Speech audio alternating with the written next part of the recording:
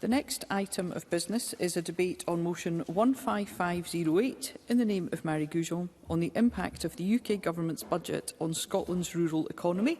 I'd be grateful if members who wish to speak in the debate were to press their request to speak buttons. And I call on Marie Goujon to speak to and move the motion. Up to 15 minutes, Cabinet Secretary. Thank you, Presiding Officer. Being in government presents both the opportunity and the challenge of making choices that have the potential to change people's lives and livelihoods. The making of such choices bears an awesome responsibility, individually and collectively for ministers. And amongst much else, it demands that we must, as fully as we can, understand the impact of these choices. It is regrettable that this new UK government appears to have failed to embrace this approach. And perhaps worse, it appears to be ignoring this very basic tenet of governing. Worst of all, when those affected by your government's choices believe the outcome of such a choice is very different, the least you can do as a government is listen, reflect, and perhaps even offer to reconsider your approach. The huge numbers marching on London today to make their anger and their anxiety known suggest that this new UK government has got this one badly wrong. The unnecessary worry, the stress and the concern that the UK Government's budget of the 30th of October has caused up and down rural Scotland bears testament to such a failure. I will put it very simply. This is unacceptable. To make choices without undertaking or publishing the impact assessments on their budget proposals is just unthinkable. It leaves us only with the conclusion, shared, I'm sure, by our farmers, crofters and rural businesses, that these are entirely arbitrary decisions. Now, agriculture and rural development has long been fully devolved to Scotland, even before the Scottish Parliament was reconvened. Indeed, that devolved policy status is what allowed Scotland to keep the Agricultural Wages Board when Thatcher abolished the wages boards for all other sectors. Yet, in the UK autumn budget, we saw choices made without any engagement or any consultation to change budget allocations and reserve taxes that will impact very directly upon those devolved competencies. What our limited experience of this new UK government appears to be demonstrating is that it's no better than the old one. Labour is not listening to rural Scotland any better than the Tories did. Worse, perhaps, is that if the Prime Minister's remarks at the weekend are anything to go by, Labour doesn't appear to care at the alarm and worry it has caused thousands of families and households here in Scotland. Presiding Officer, what all of this makes clear is that Westminster is not working for rural Scotland. There is still time, of course, for change. Funding decisions like this don't need to be imposed. They could be arrived at collectively after meaningful engagement, not just with governments, but with key stakeholders too. And this is especially needed when, as a result of these choices combined together, we'll see Scottish farmers paying more to the Treasury with no guarantee of getting any of that back in fair future funding settlements. Now, Presiding Officer, to say that I'm disappointed that the Chancellor made these announcements with absolutely no discussion with the devolved nations or consideration of what the net effect of these decisions would be is really to undersell my concern. The colossal contribution that agriculture makes to the Scottish economy, fuelling our rural communities and making possible our world-class food and drink sectors is, I know, well recognised across this chamber. That contribution is perhaps not seen as so critical elsewhere, leaving me no option but to conclude that, at best, rural Scotland is treated with indifference by this UK government. Take our crofting sector by way of an example. Crofting plays a significant role in the sustainability of many rural and island areas, with over 33,000 people living in crofting households across the Highlands and Islands. Our crofters undertake a wide range of activities, and without the relevant assessments and analysis, it's impossible to engage the impact that this policy could have on them. In preparation for crofting law reform, officials engaged extensively with key stakeholders to ensure that the proposals we put forward for consultation would meet the needs of the sector and would command a good measure of consensus. This was then promoted through public events whilst the consultation was live. This process is also supported through a wide range of impact assessments. The proposals announced by the UK Government, in stark contrast, came without warning to our rural communities. How could the changes being imposed through inheritance tax relief have been seen coming when there was no consultation on it? Yes, I'm happy to take an intervention. Rachel I Hamilton. thank Mary Goujon for taking the intervention. Did the SNP consult before they snatched 46 million away from the agricultural budget? And did they do an impact assessment? Cabinet Secretary. I'm more than happy to address that point as well. As the member is well aware of where that funding came from, it was from underspends in demand-led schemes. It did not come from the farmers' pockets, and it therefore did not have that detrimental impact, because we do what we will always do, which is protecting the interests of our farmers and crofters. Now, how could the changes have been seen coming when the then Shadow Environment Secretary, Steve Reid, explicitly stated before the election that Labour have no intention of changing APR? Presiding Officer, I make no apologies for repeating my words of last week's debate, because the message is unequivocal. This government would want to see a tax system that supports, rather than hinders, orderly succession planning and the transfer of land to the next generation of custodians. But that isn't what this new UK government has done. Now, while I do welcome that future funding allocations will be a Scottish Government decision, I have to emphasise, Presiding Officer, that baselining upon a 2018 allocation and removing ring fencing from funding for agriculture must necessarily add to pressures. Now, many have noted that funding is now firmly and exclusively in the hands of the Scottish Government following the baselining. To an extent, that point is correct. But what must be recognised is that the Scottish Block Grant is significantly affected by decisions that are taken by the UK Government. So this means that its overall size is a product of any changes on public expenditure that are made by the UK Government, which now includes that funding which was previously ring-fenced for agriculture and for rural development. Now, the Scottish Government is committed to maintaining direct payments and ensuring no cliff edges of support. Yes. I appreciate the Cabinet Secretary giving away. On the argument you're making, who do you think is best placed to set the priorities for agriculture in Scotland, Westminster or the Scottish Government, when it comes to funding? Always through the Chair, please. Cabinet Secretary. Presiding Officer, I think I've been clear in my comments already that, of course, we welcome the fact that we can take decisions on this funding. But it doesn't take away from the fact we've had a completely inadequate settlement, which I'm away to come on to if the member would listen to the further comments I'm going to make. And based on a figure that was baselined back from a figure in 2018, which doesn't even take into account the impacts of inflation or the size and importance of our agricultural and marine sectors in Scotland. Now, other governments across the UK are taking different approaches, and if there were to be a reduction in support for agriculture in England, then the consequences of that choice would in turn filter into the Barnett Formula mechanism for the block grant. So, to emphasise the point I make, yes, it is right, and I welcome that funding allocations are to be a choice of the Scottish Government. But let us be clear that this announcement comes with some very big catches. We now have annual uncertainty, a total sum impacted by choices on policy made elsewhere, and no multi-annual budget window. This is the replacement for the certainty of a multi-annual budget settlement that came from EU membership. This is the cost of a Brexit that Scotland didn't vote for and that has regardless been imposed on us.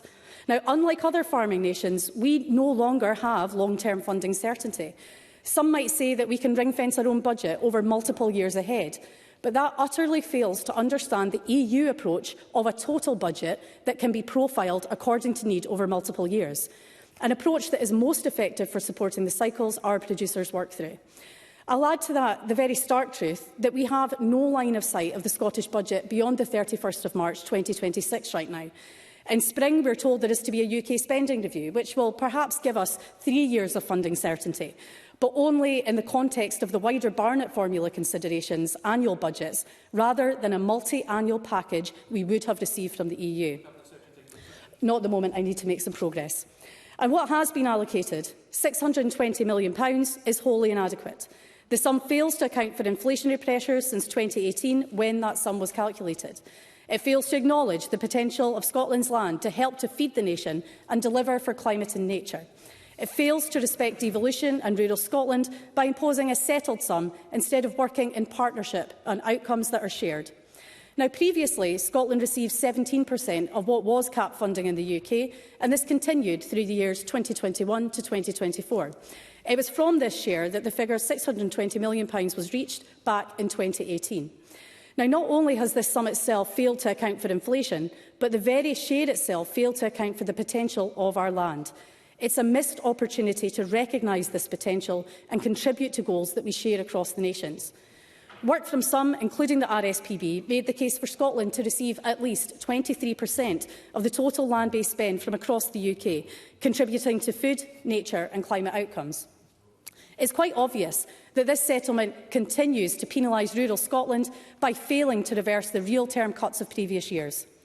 Presiding Officer, any move to break the link between the area of land farmed and funding increases for Scotland ignores our ongoing commitment to active farming, to direct payments and risks our efforts to transform our industry for the future.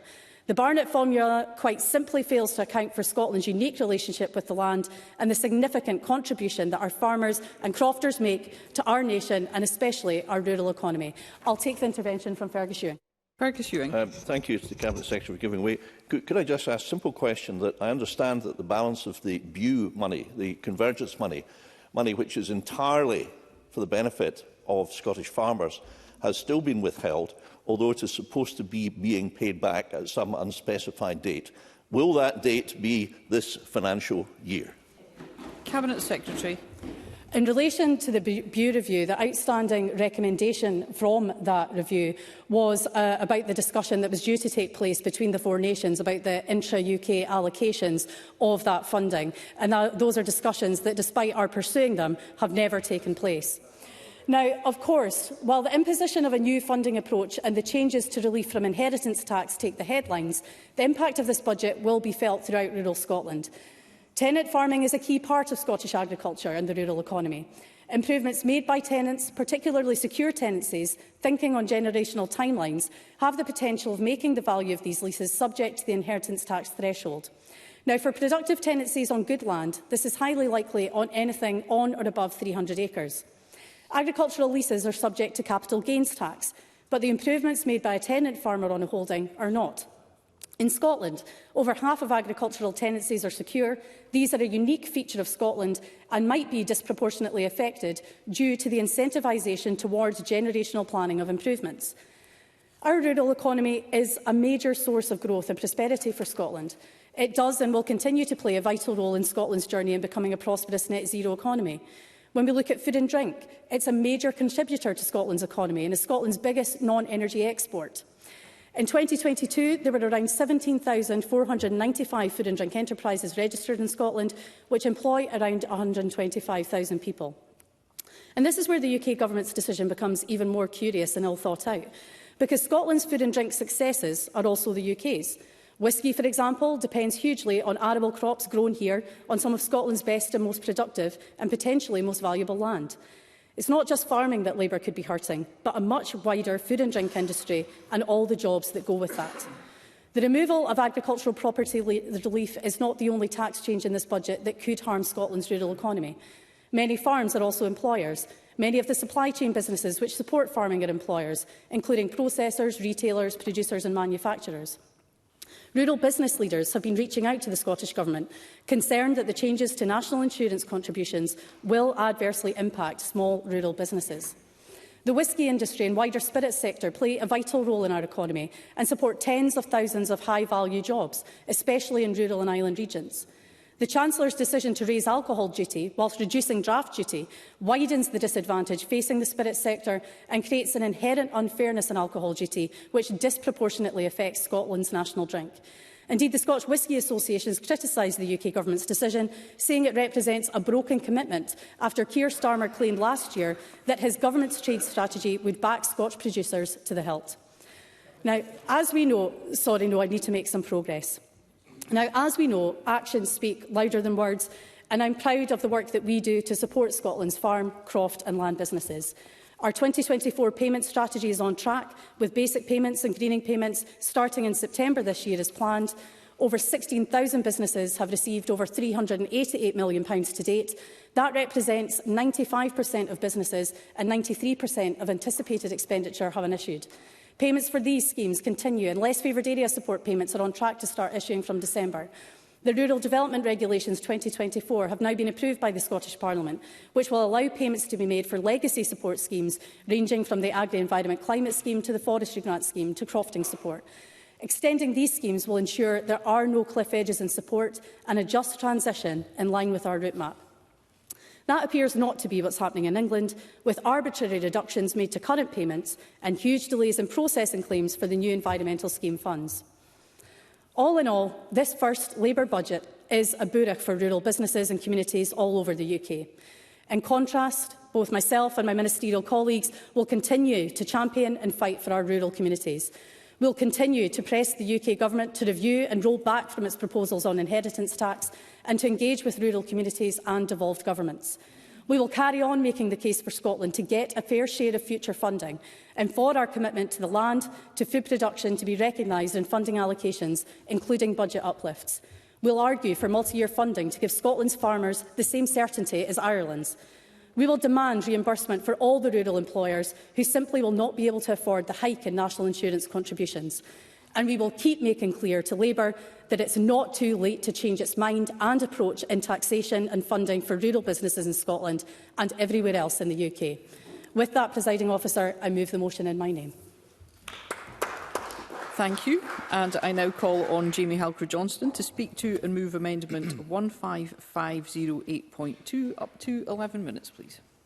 Thank you. Can I firstly remind the Chamber of my register of interest as a partner in the family farming business of J. Halcrow-Johnston & Sons and as a member of NFUS, Scottish Land and Estates and the Royal Highland Agricultural Society of Scotland. Presiding Officer, I'm pleased to be able to open this debate for the Scottish Conservatives. I was disappointed that circumstances meant that I was unable to speak in last week's debate, in which this Parliament sent a clear message to the Labour UK Government that they should drop their damaging family farm tax. Opposition to the budget is growing.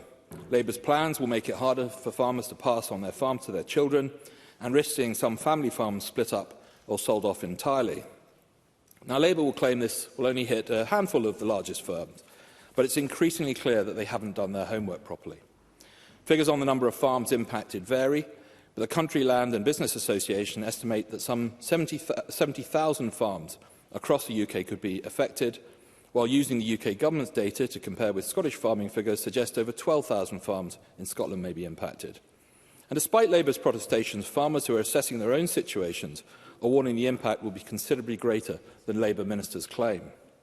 And it appears that even DEFRA, kept in the dark about the changes until the very night before the budget, have recognised some of these issues and made efforts to soften the impact of the changes, efforts blocked by the Treasury. This new tax burden, on top of other rising costs and tightening margins, threaten the very sustainability of many Scottish farms. Now, maybe that's what Labour wants, that family farms will be broken up to pay this new tax burden. Rhoda Grant said in this chamber only last week that if this policy leads to smaller land holdings, that could have a wider benefit for society as a whole. And in the last few weeks, senior Labour figures have called farmers rich and privileged. They said farming is an industry we can do without and that we don't need small family farmers. And their UK Rural Affairs Secretary, who represents, of course, a seat in Greater London, said farmers need to learn to do more with less, clearly ignorant of the fact that we've been doing that for far too long already, and with tightening margins. One Labour peer even downplayed the importance of domestic food production, sharing a tweet which claimed we import enough food to keep the country fed. Well, so much for Scottish Labour's 2024 manifesto commitment that food security is national security. If the COVID pandemic taught us anything, surely it's the need to build more resilience into our economy. And that should start with food. And the NFUS are clear. Labour's budget threatens food production. Labour simply doesn't understand about Scottish farming or seem to care about the damage they risk doing to our rural economies. They certainly don't appear to understand the anger and the fear their budget is causing the farming community. And the changes to agricultural property relief was only one part of this dreadful budget. Farmers will be impacted by the reclassification of double cab pickups, by the changes to national living wage and national insurance, by increased tax on fertiliser. Sarah Jane Lang of SLE has been quite clear. She said, and I quote, that the cumulative effect of these measures threatens the immediate viability and future sustainability of thousands of rural businesses across Scotland. That is why farmers are so worried and so angry. And it's why this morning farmers from across the United Kingdom, including my colleague Tim Eagle and other Conservative MP colleagues, attended the protest in London, protests I can't be at, but which I fully support. Keir Starmer told the NFU last year that Losing a farm is not like losing any other business. It can't come back. Last weekend, as Prime Minister, he hid away from those protesting in Cardiff, worried at the risk of them losing their farms. He refused to look them in the eyes and tell them why he's backtracked on this position and betrayed them. This morning, farmers have taken their protest to the gates of Downing Street. Keir Starmer won't be able to hide from them today. But it's not just in London where farmers are gathering. Farmers and supporters in Orkney have rallied this morning at the auction mart in Kirkwall. Those who are in the sector and were there to protest the impact of Labour's policies on the sector, but also those who are not farmers, but who recognise agriculture's vital role in rural communities like Orkney. Presiding Officer, we farm in Orkney and have done so for too many generations to remember. We don't have a large farm, excluding hill land, which is used mainly for wintering sheep. We farm around 400 acres. We employ 3 people, some part-time. But we also contribute to the salaries of local contractors, seed suppliers, engineering companies, equipment sellers, builders, vets, hauliers, fencers, ditchers and drainage companies. We are a key part of our local rural economy. Now, with my commitments here, I'm not as active on the farm as I could be, and I think my father would want me to be, but I have lambed, calved and beat up in the early hours of winter to cover the milking when needed, and I know all too well how tough a job it is, especially for those who do it day to day and in all weathers. These new tax burdens only add to the pressure on farmers, particularly those who are nearing the end of their careers, who are involved in succession planning and who now have increased concerns about how to leave their farms to their children. And I'm sorry not to see Rhoda Grant in the chamber today, because I had to say that Rhoda Grant's response to my colleague Finn Carson's intervention last week, telling his constituent they should get their affairs in order, was absolutely shameful. Now, I have known Rhoda Grant for a fair few years now, and I believe she misspoke. I don't believe that's what she would have said to any of our constituents in the Highlands and Islands in a similar situation, or any situation where Labour's changes to agricultural property relief have impacted on them.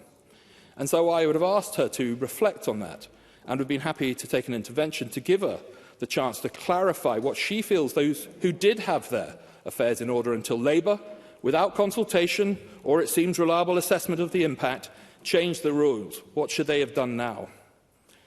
Presiding Officer, I meet regularly with local farmers in Orkney, both as a politician but as a friend and colleague. And confidence in farming, confidence in the future and what it holds, is falling. There is so much uncertainty over what future agricultural support looks like, how it will be delivered and at what levels. And Labour's raid on rural communities only makes this worse. I attended an NFUS-organised farm visit recently in Orkney, and while you might think it was a bit of a busman's holiday, the challenges faced by farmers can differ widely, even on a farm which is very close and very similar to my own. Some at the start of their careers are growing their businesses. They're looking to invest in cattle or equipment or buildings, in new buildings that meet modern standards for animal welfare or which can accommodate the size of vehicle that we now have to use. But all are committed to building their family farms, committed to the sector regardless of the hardships, committed to their local communities and the part they'll play in them, and all are worried about what the future holds. Yes, I'll take an intervention. Fergus Ewing. Grateful. Does Mr Halker-Johnson agree with me that 2 positive things that the Scottish Government could do, if it so wished, would be to help further diversification by perhaps the ABIS scheme, which was successful around about 2 decades ago, and also to way extend the permitted development rights to enable farms to provide a contribution to solving rural housing and to enable them to use their land to the maximum purpose. And that need, if it was pressing before, goodness me, in the light of the inheritance tax raid, is certainly urgent now. Jamie Halker-Johnson, and give you the time back. I'm very grateful. I'm very grateful to Fergus Ewing for that intervention. Believe it or not, in 11 minutes, as somebody who's involved in the sector, I didn't have time to cover everything. Otherwise, I would have gone more into diversification and the opportunities there are. So I certainly agree with Fergus Ewing on those points. I think that would be a real opportunity as well. Much has been said in this debate and in these debates about how farmers are asset-rich but cash-poor. And it's already a job with inconsistent financial returns. Costs always seem to go up, but yields and prices can fluctuate widely too. Some years we make a modest profit, other years we don't. And there is an old farming joke about the farmer who wins the lottery and asks what he's going to do with the money, says he'll keep farming till it's all gone. Presiding Officer, if I can turn to our amendment to the Scottish Government's motion. For governments to work together takes commitment from both sides.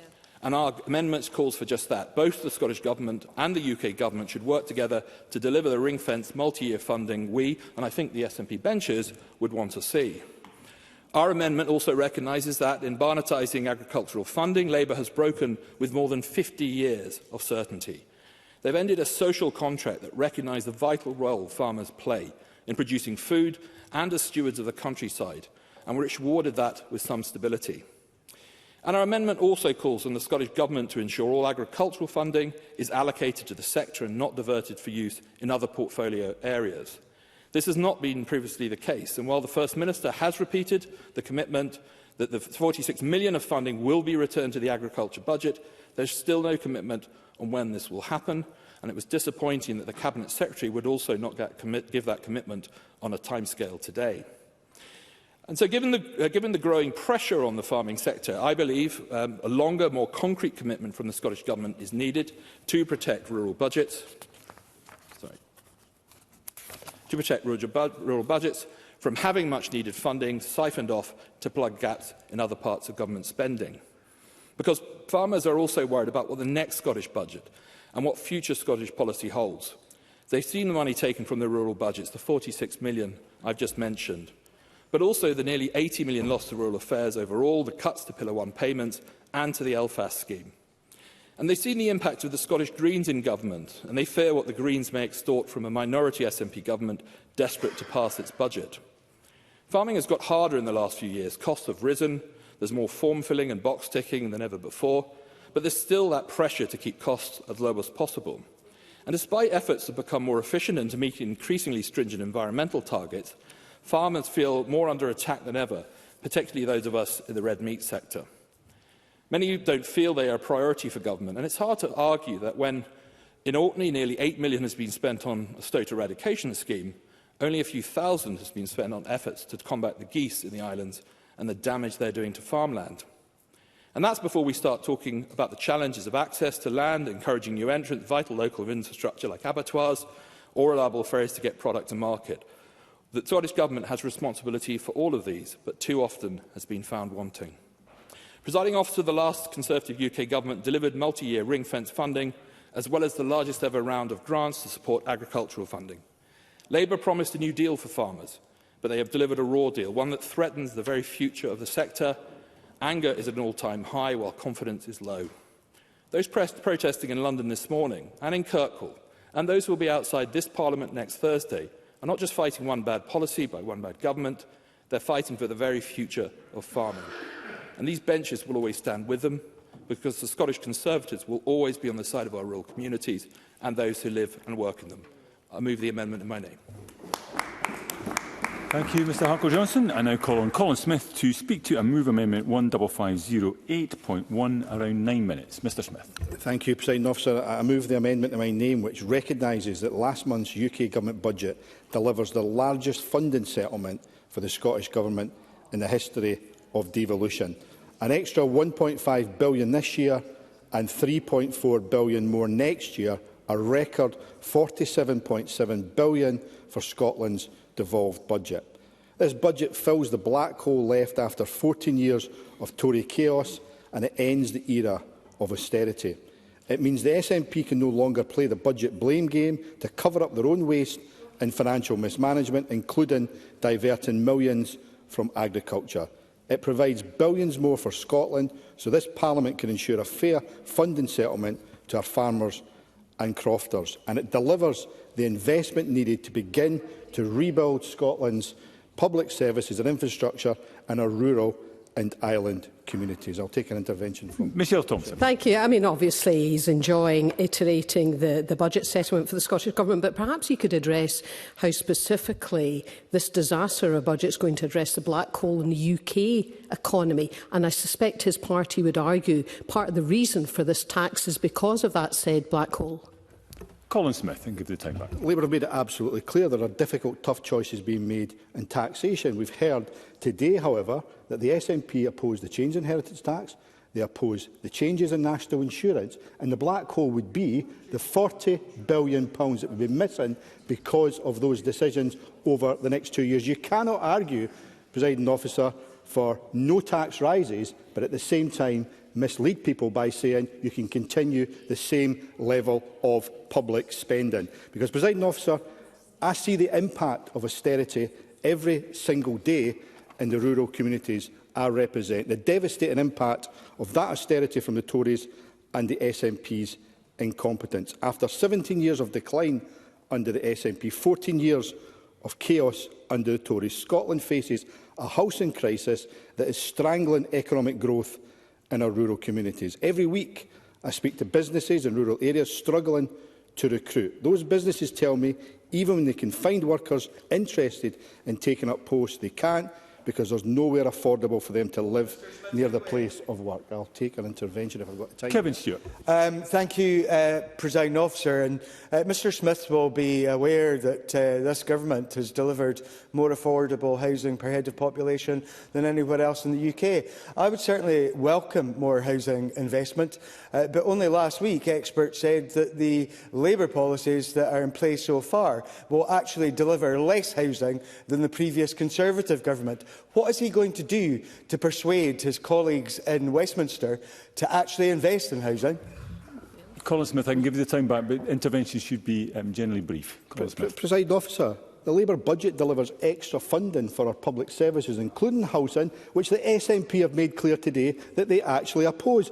And I have to say, Kevin Stewart's claim that this SNP government record will come as no consolation to my constituents in Dumfries and Galloway, where we saw a record number of homelessness applications, over 1,000 this year, a quarter involving families with children. Between 2011 and 2020, there was a 60% drop in new homes for sale compared to the previous decade in the south of Scotland. This year, the Scottish Government slashed housing investment by a fifth, stifling growth, fuelling depopulation by driving young people out of our rural and island communities. And it's not just labour shortages those businesses face, but skill shortages too. Yet astonishingly, the Scottish Government has cut funding to colleges in real terms by 17% since 2021-22, including reducing the number of apprenticeships. In my own local college in Dumfries and Galloway, there was a cut of 13% in places at a time demand is at peak levels. We now have a waiting list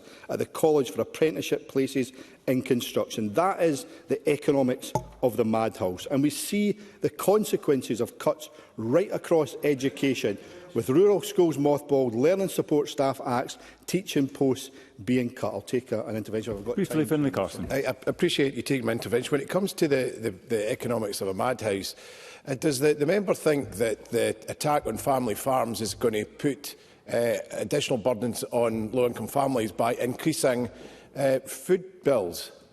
Colin Smith. The challenge the Tories have is if they want to oppose every single change in inheritance tax, they have to say where the funding shortfall will come from. And so far, they've failed to say that. Point of order, Claire Hawkey. Sorry, Mr Smith. Point of order, Claire Hawkey. Presiding Officer, I'm very offended by the language that Finlay Carson just used, and I would ask him to withdraw it. House. It's stigmatising and it should not be used in this place. Thank you, Ms Hawkey. I appreciate the sentiment. I don't think necessarily the context in which it was used was intended to be offensive, and I didn't regard it as such. Colin Smith to continue. And these cuts, Presiding Officer, are also impacting on health. Cottage hospitals are being shut. Our rural and island communities have become dental deserts where no one can register with an NHS dentist. Older people are being abandoned in hospital or shunted off to care homes miles from their families when they should be at home, but there are no care workers to support them. Getting an appointment with a GP is now rarer than a lottery win, and more health services are being centralised, denying rural communities even a basic level of healthcare. Take maternity services in Dumfries and Galloway. Mums-to-be in Wigtonshire are now forced to make a round trip of up to 200 miles on dangerous roads, starved of investment if they want to give birth in hospital, because cuts mean the local maternity unit in Stranraer remains closed. And at a time the SNP are dismantling bus services route by route, presiding over a near 40% fall in passenger numbers since the SNP came to power, getting to a hospital appointment, college, work by public transport in our rural communities is just not an option. It's also noticeable, Presiding Officer, that in a debate on the UK Government budget, the SNP and Tories failed to mention the key budget decision to raise the minimum wage to a real living wage, delivering a pay rise for 200,000 of the lowest paid Scots, a disproportionate number in our rural communities too often plagued by poverty pay. Presiding Officer, our rural communities are crying out for a change of direction, an end to low pay, new investment, and yes, that does mean tough decisions on tax. Now, this is the third debate we've had in a week on inheritance tax. I said in those previous two debates, I believe there is a discussion to be had about where a threshold should lie in any tax change, including the level of agricultural property relief, or indeed, I'm going to try to make some progress, because I appreciate I've taken 3 interventions. So there should be a debate on thresholds, including, I have to say, the level of agricultural property relief, or indeed income tax thresholds, which the Tories and SNP chose to freeze, absolutely hammering ordinary workers in the pocket. But at a time difficult decisions are needed to rebuild the country's public finances, it's not credible for the SNP and Tories to continue to say that agriculture should be the only business that is completely exempt from any inheritance tax, whatever the value of a farm is, whether it's 1 million or 20 million. The SNP believe an ordinary farm worker in Scotland on £29,000 a year should pay more income tax than their counterpart in England, while Anders Holtz Paulson buys 89,000 hectares of land in Scotland to avoid hundreds of millions of pounds of inheritance tax, and by doing so drives up land prices. And that's a growing problem in Scotland that the SNP and the Tories want to ignore. Now, I've listened carefully today. SNP and Tory spokespersons say they oppose any changes in inheritance tax. They've also said they oppose changes in national insurance. In fact, almost all the £40 billion of additional income proposed for the next 2 years in the UK budget. It's just not being honest with the public and lacks credibility for them to fail where they would make the £40 billion worth of cuts in public spending. And that's the biggest threat to the agriculture budget, so vital to ensuring we deliver fair funding to Scotland's farmers and crofters to support food security, sustainable farming and environmental restoration. That is why I'll always take on those who argue agriculture is too heavily subsidised, because I know that is support to put quality, affordable food on their tables at a time families still face a cost of living crisis. It's why I'll continue to stand up for our food producers drowning in the sea of red tape caused by the Tories' Brexit deal and sell-out trade deals and the delays and dithering of the SNP government, who still don't have a clear plan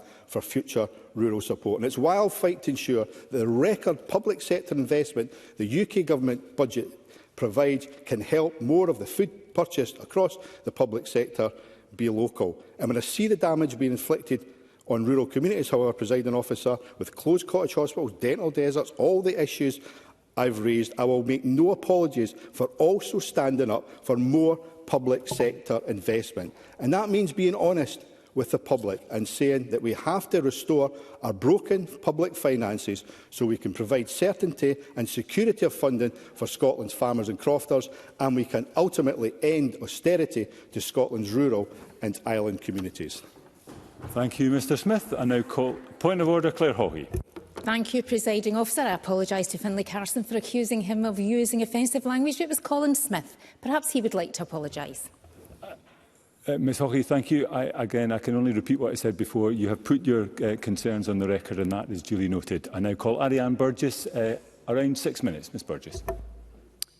Thank you. Presiding Officer, while I always welcome debates about the rural economy, it does feel a bit like Groundhog Day, given that we're hearing many of the same things that were raised last week. What we need is clarity of detail on the Labour government's plans for agricultural property relief, so that we can move beyond the speculation and fear-mongering which is making farmers anxious and stressed. What we should be talking about are the issues that face farmers and food producers in the here and now. For too long, their industry has been exploited. They find themselves trapped in a vicious cycle. The taxpayer subsidises them to keep growing food, but at the same time, supermarkets are in a race to the bottom on price. And it means the financial support we give them is essentially ending up in the hands of the major retailers, leaving growers squashed in the middle. Brexit and our increasingly unstable growing climate are further headaches food producers have to face. And the hurt is not just economic. Farmers are so much more than businesses. They are living a way of life. And no wonder the industry is in the midst of a terrible mental health crisis. The severe stress farmers are under is only likely to have been worsened by the uncertainty around the UK budget's farm inheritance tax changes. The debate playing out in the media and in this chamber is generating more heat than light. It's also hearkening to rural debates of the past, with small-scale producers being used by wealthy interests to front the fight. I'll take an intervention from Rachel Hamilton. Rachel Hamilton. Ariane Burgess giving way. Yesterday I spoke with Farmer Strong, but we know that Change Mental Health and RSABI are doing such good work, and they're inundated with farmers going to them with mental health issues because of the decisions by a Labour government. Does she agree that we should ensure that we fund these charities to make sure that they have the support? Ariane Burgess again. I can give you the time back. Thanks, Presiding Officer. Yes, I have spoken at length with Change Mental Health and Jim Hume's work, and I think it's tremendous, and he's even been on my podcast, and I do think that that kind of work should be supported. The problem is that the UK government has created an information vacuum, and as I said a moment ago, this void is being filled by scaremongering. For example, we've heard claims today by an influential public figure that this tax change will end UK farming. Well, it may change industrial-scale farming, but reports of farming's demise are greatly exaggerated. And as I said, I'm just going to keep making a bit more progress. As I said last week, we need the Labour administration to give more information about tax changes, who they'll impact and how they'll impact farms. We do know from tax advisors and succession planners that it is a nuanced picture. For example, beyond the headline grabber of £1 million, if a farmer and their spouse are seeking to pass their land on to family, then the allowance threshold is more like £3 million, and any tax due can be paid over 10 years. In short, we need to see a proper Treasury analysis of how the reforms will work. And the longer we carry on without the facts, the less trust farmers will have in government. And that's bad news for everyone in this chamber, because we need to work together in good faith if we're to tackle the climate and nature crises and make it so that our food security is climate resilient. Yes, I'll take an intervention. Finlay Carson, briefly. I thank the member for taking the intervention. Maybe it would be helpful if the Greens set out exactly what they thought a farmy farm was, to put all this into perspective. Ariane Burgess. I appreciate that, but I'm not here. I don't have time to set that out. And what I want to continue talking about is the clarity that we need and the situation that the family farms and farms face. I would also like to urge the UK government to ensure that its inheritance tax alterations hit the intended targets. The principle of the changes is a good one. We simply cannot allow the wealthy to continue buying up land to avoid tax. And stopping this tax dodge should reduce the price of land, which would allow more new entrants into the farming sector. So Westminster must step in immediately if we're to start seeing land, if we start seeing land being hidden behind corporate trusts or structures, or being consolidated into fewer hands. Equally, if it becomes clear that smaller food producers, tenant farmers and crofters are being negatively affected, the new rules must be urgently reviewed. Which brings me to another point. I'm concerned that the debate around agricultural property relief has been captured.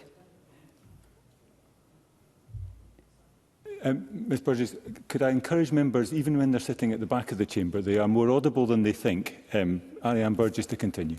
Appreciate it. Thank you. I'm concerned that this has been captured by a narrow but powerful subsection of society that doesn't believe in tax, and it doesn't believe it has a duty to pay it. And let me remind these people that tax creates the infrastructure we all use. It gives us key services like the NHS and schools, and it delivers infrastructure such as the internet and roads, things that the private sector would be unable to operate without. And it should ensure that the least well-off and the most vulnerable can afford not only to survive, but live. Inheritance tax is a key part of this picture, and it means we can pre-distribute wealth.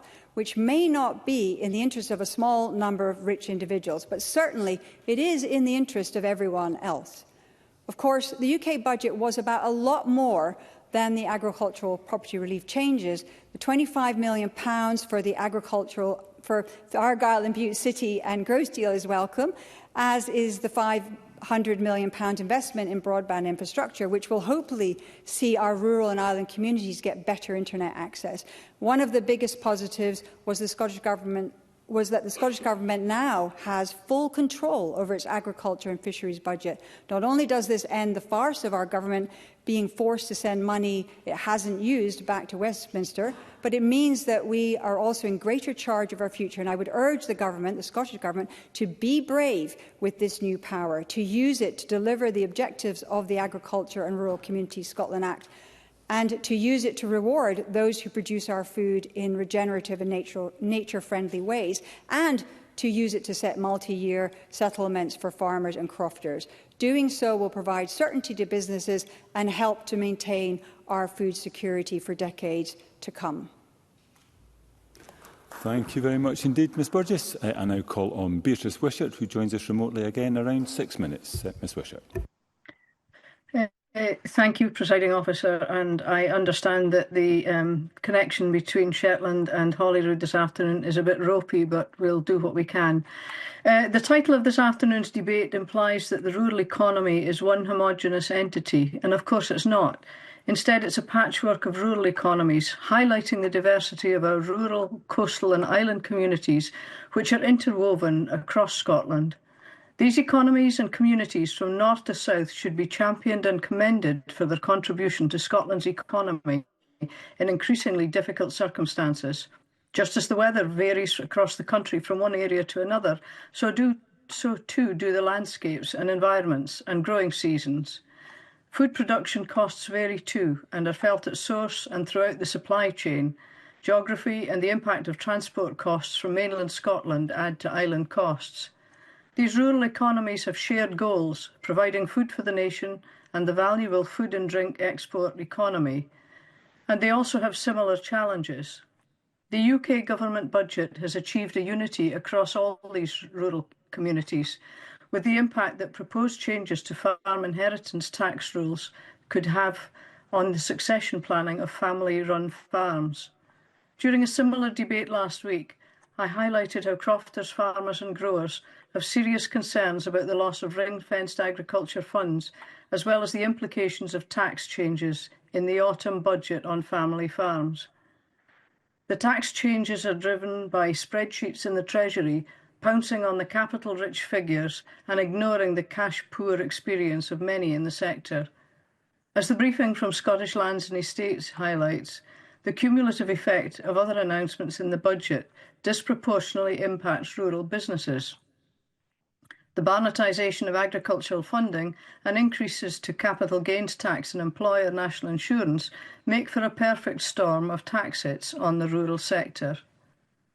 Modern farming is looking for research for the most climate-friendly, innovative and profitable means of production, but with universities paying additional employer national insurance, we may see a decline in capacity for such important work. And Liberal Democrats have been highlighting GP concerns at the announcement of the increased employers' contribution to national insurance, which will have an effect on small to medium-sized business. Ed Davey called on the Prime Minister for an exemption to GPs, pharmacies and healthcare providers, and this will have particular resonance to rural and island healthcare providers, considering the challenges of providing services in those settings. Staff recruitment and retention are already difficult in some areas. In the wake of the UK budget, my party highlighted the £70 million cut to DEFRA's food and farming budget, hidden in the fine print of the Chancellor's plans. And our rural areas won't be immune from other big-ticket cuts from this budget, such as slashing the winter fuel payment. Announced in July and confirmed in the budget, this will hit some of those on the tightest of fixed incomes. That decision will stop pensioners in the most northerly, windiest and most fuel-stricken part of the UK receiving a cash top-up that many have come to rely on. Before I conclude, Presiding Officer, I urge the Scottish Government not to use the upcoming budget to make things any harder for our rural economies. like other communities in Scotland, our rural, coastal and island areas. And our rural, coastal and island areas need investment in communication, transport, health and education. And those who grow our food on land need multi-annual, ring-fenced, stable support to continue to do so in the future. Thank you, Presiding Officer. Thank you very much, Ms Wishart. I think it's one of those unusual occasions where the connectivity in Shetland is probably better than it is here in Edinburgh. We now move to the open debate. I call first Christine Graham to be followed by Finlay Carson. Around 6 minutes, please, Ms Graham. I hope you've not just said something that you'll regret that happens in here. Deputy Presiding Officer, I've had 12 years in this Parliament, initially representing the rural south of Scotland, and for the last 15, Midlothian, South Tweedale and Lauderdale, with many farms in the constituency, running from the Eildon to the Pentland Hills.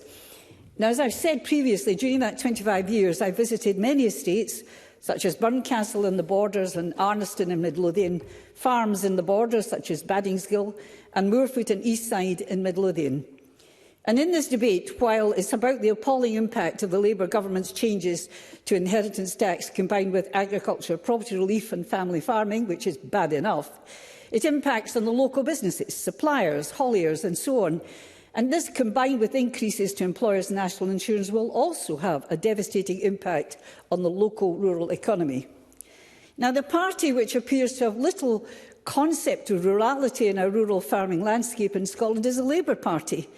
Indeed, of the 37 Labour MPs privileged enough to be elected at the recent general election, I've yet to find one who has broken ranks to criticise these policies. I've written to Kirsten McNeill MP, newly elected to represent Midlothian, and indeed with rural and islands part of her ministerial brief, to see what she has to say, both on the changes to agricultural property relief and national insurance. Indeed, what do Labour MSPs in here say? Their silence speaks louder than words. In the debate on this issue last week, I felt heart sorry for Rhoda Grant, a decent colleague, having in some discomfort to defend the UK Labour position. I see she has escaped having to reprise that defence here today. Colin Smith, of course, had to talk about practically anything but the injustice of inheritance tax changes to Scotland's farmers. I have a health warning for Labour. If you are merely a megaphone for the UK Labour Party, if you speak like a branch of UK Labour, if you behave like a branch of UK Labour, then you are merely perhaps a branch of UK Labour, as Joanne Lamont foretold. But perhaps I'm being too generous to Labour MSPs, less of a branch, more of a twig. I take Colin Smith. Colin Smith. Kirsten Graham, I'll ask Kirsten Graham the question I asked every other MSP earlier, that when you oppose the change in inheritance tax, when you oppose the changes in national insurance, when you oppose every single tax change in the UK government budget, it comes to £40 billion over the next 2 years. How can you credibly say you don't want public spending cuts, but you're prepared to give up that £40 billion? Where would the cuts come from, Christine Graham? Through the Chair, Christine Graham. Well, Mr Smith, you're taxing the wrong people. Absolutely. You've taken the winter fuel payment away and you're taxing the farmers. Members should direct their remarks through the Chair. I've carried away there. The Labour Party should be taxing the rich, not farmers who are struggling as it is. Because the failure of the Labour Party to speak up on the levy of family farms, on the impact of the hike in employers' national insurance, which impacts on farmers, on means testing of the winter fuel payment, on the two-child benefit cap, on the rural visa to alleviate loss of Labour following Brexit, they are all testament to your status. This is not bad enough, but confounded by the promise before the election by the then shadow and now Secretary of State for DEFRA, Steve Reid MP, stating the Labour Party had no plans to change inheritance tax, including agricultural property relief, a betrayal, and endorsed by Labour in here. There are many family farms across Midlothian, South Tweedale and Lauderdale which will be affected because it doesn't take much for assets to cross the 1 million barrier. Even if you take the UK Labour government at its best, saying that in many cases, with various reliefs for spouses and so on, they claim it will mostly impact on 3 million, looks a lot on paper. But not when you look in the farm sheds, at the combine harvesters, the tractors, the quad bikes, the milking parlours, the feed for stock, and so on, let alone the farmhouse and the land. Even £3 million is easy to reach. A high-end combine harvester new can cost at least £750,000. So you might look rich in assets, even if you were, but you're poor in revenue. In conclusion, farming for the many, and this is what we should remember, is a family matter. Generational, intergenerational, a vacation. 24 hours a day, 7 days a week, dawn to dusk, in all kinds of weathers. Literally, to abuse that word, farming is under farmers' fingernails, providing not only the quality of food on our table, high animal welfare standards, exports, but the very landscape we take for granted. Family farms, ironically, may be forced to sell up and become the property of the commercial investors this policy is supposed to target. Levies with no impact assessment, no engagement with farmers, have also completely failed to respect devolution by not engaging with the Scottish Government. What more does the Labour UK Government intend to undermine our farming and rural communities, many of them reliant on the trade of local farms? And all of this, as I understand it, to raise, according to the UK Government, £240 million in the first year. How much in millions will be lost to the rural economy? How much in heartache and concern for farming families? It's time for Scottish Labour, in here, at least in here, for once, to speak up. Or are they going to remain twigs? I call Finlay Carson to be followed by Emma Roddick. Around 6 minutes. Mr Carson. Thank you, Presiding Officer. Today, as farmers from across the country gather in London, here at Holyrood, we once again debate the profound and far-reaching impacts of the recent UK Government's budget on Scotland's rural communities. Can I say from the outset, as a representative of our rural communities, it's my duty and our duty to ensure their voices are heard and their concerns addressed. The changes to agricultural property relief and business property relief announced by the Chancellor of the Exchequer, Rachel Reeves, are nothing short of devastating for our family farms. These reliefs are not loopholes. They're essential mechanisms that allow multi-generational businesses to thrive, ensuring food security and economic growth. The financial and mental pressures these changes will impose on family farm businesses across not only Scotland, but across the whole of the UK are frightening. And unless these ill-conceived and ill-thought-out moves are not swiftly reversed, then the stark reality is that many farmers will not be able to pass their family businesses on to their children. Excuse me. Last week I highlighted the case of one local farmer in my constituency who had invested more than £1 million in his milking parlour. Now, circumstances may have meant that his son would not have been able to inherit the business, but would have been landed with a seven-figure tax bill. Now, these new policies come into force next April, so despite calls for him and others to get their tax affairs in order, there's no time, even with the best intentions, to do the right thing. So it does highlight a total lack of consideration of the unique challenges that our farming and rural communities face. This is clearly Labour's approach, because another of its politicians also remarked that farmers should be made to suffer just like the miners under Margaret Thatcher.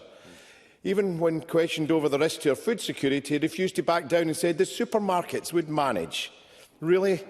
Is that honestly what the British public voted for? Equally worrying are the potential consequences of removing ring-fenced agricultural funding from Westminster and transferring it to the Scottish Government. This shift could have significant implications for Scotland's agricultural sector.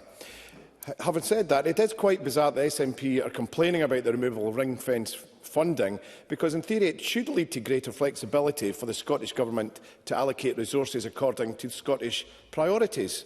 This could ensure adequate funding and enable more tailored support for Scottish farmers, addressing specific regional challenges and opportunities, giving the Scottish Government the levers that they all too often bleat on about not having.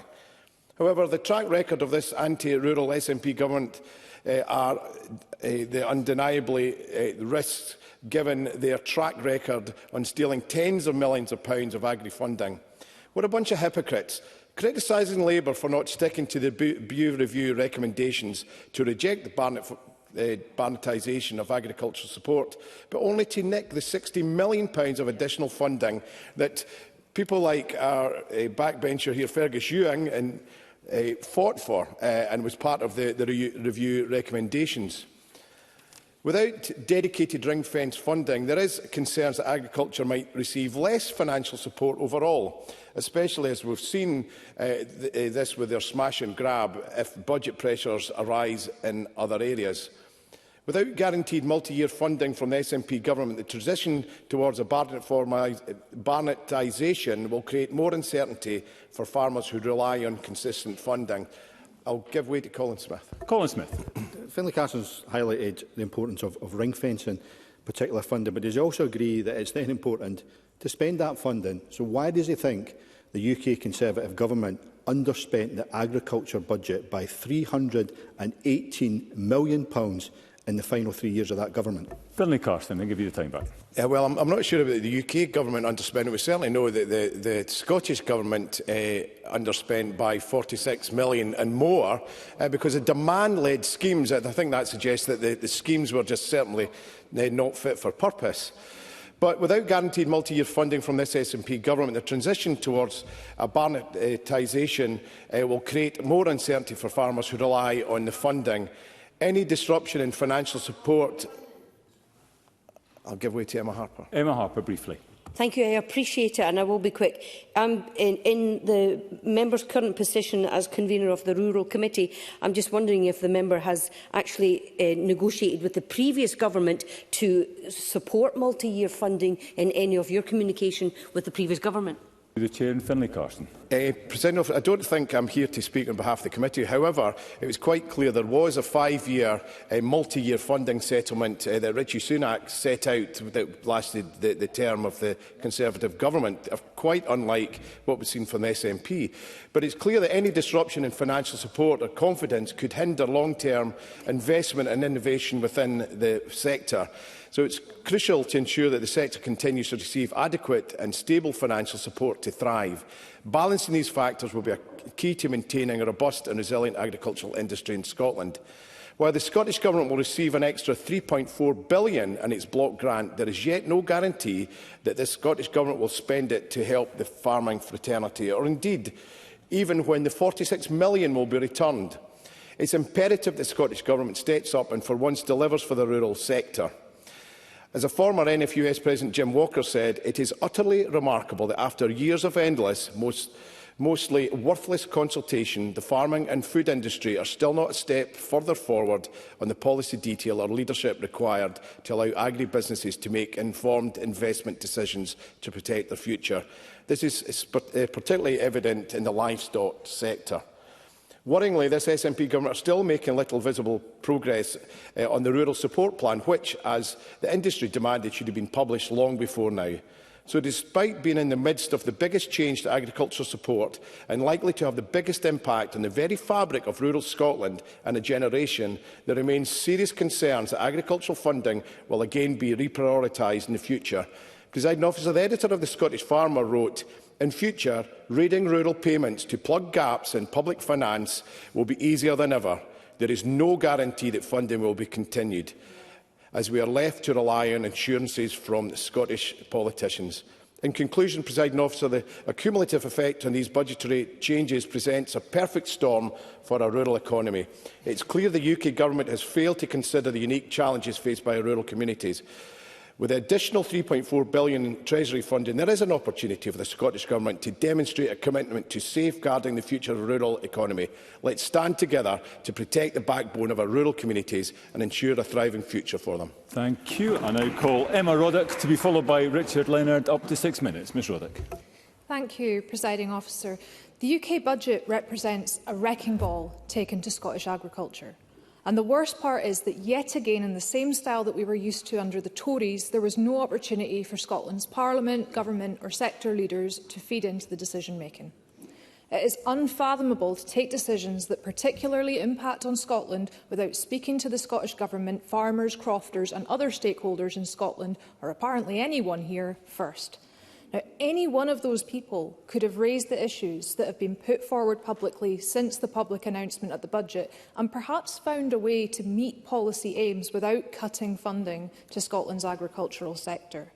Now, the whole chamber heard from the Cabinet Secretary earlier that she was perfectly willing to enter into constructive discussion and make tough decisions together. And as for stakeholders, barnetising funding for agriculture and marine activity here has been a huge fear since Brexit. Labour coming in and doing it in the first budget without warning will be a huge letdown to all those people who turned their backs on the Tories thinking that the change Labour offered was going to be positive. It seems to have been one letdown after another. False promises in the Brexit campaign, all the way to the Scottish Government now being unable to plan for our farmers and instead being dependent on unpredictable year-on-year settlements from a Labour government which is intent on cutting Scotland out of decision-making. The announcements around the agricultural property relief could be kindly described as clumsy. Now, I'm not opposed to reform, but the huge discrepancy in figures being used by the Treasury and those by the sector, and the frankly insulting commentary around the importance and value of farms and farmers, clearly shows that the UK Government did not know what it was doing when it made those calculations and announced those changes. Now, apart from anything else, we can't blame or punish small farms for the distorted land market that exists here, and I look forward to having detailed debate on that when the Cabinet Secretary progresses this session's land reform bill. And I'm not sure that any party here would support the change of use of farmland to whatever those who can afford the actual market value choose to do with it. People should be in no doubt that what Labour has announced is a wholesale devaluing of Scotland's farmers. The UK Government will continue to benefit from Scotland the brand in terms of trade, including in whisky, which it's just hiked duty on, and the food resilience that we provide to the whole of the UK. But it still chooses to squeeze the Scottish Government budget and pick on those who are producing our food and drink. It is obvious to anyone paying attention to this pattern of announcements that Labour is employing any tactic possible to cut money available for spending in Scotland and blame it on the SNP. Changing how funding comes to farmers across the UK in a way that disadvantages Scotland, removing funding for winter heating payment and then devolving it midway through a financial year, and talking over and over about how the block grant is higher when all of Scotland's public services are now having to pay out for Labour's hike in national insurance, are all political choices, blatantly political choices, and I hope that farmers, pensioners and people across the country can see Labour's game playing with their lives and livelihoods for exactly what it is. Now, that's not the only uncertainty that exists in policy making and budget setting. The Internal Market Act remains in place despite its obvious incompatibility with the principles of devolution set out in the Scotland Act, and the Subsidy Control Act that it then allowed has agricultural support within its scope. The principles in Schedule 1 of that Act risk constraining the Scottish Government's ability to tailor support to Scottish farmers and crofters. So ministers in Scotland are now expected to allocate support to farmers without knowing what constraints are in place on doing so or what might be dropped on them at the last minute. Now, there was a genuine optimism shown, including by members of the Scottish Government, about the opportunity of a new UK Government coming in and having a different, more productive, more respectful relationship with the Scottish Government. And it's disappointing, though unsurprising, that Labour's promised change has given way to more of the same, with Scotland not being consulted on important issues that affect us more than anywhere else. Ariane Burgess described a feeling of Groundhog Day, and I do think it's telling that we're having a debate 2 weeks in a row on the negative impacts on rural Scotland of decisions that are taken for us but not by us. One day it's Brexit, another it's the Labour budget, but the result is the same. Over and over, successive UK governments prove to people that we cannot trust promises made by UK parties or expect fairness shown to agricultural and fisheries sectors here. We cannot allow those governments to have control over the fate of industries as critical as our food and drink producers.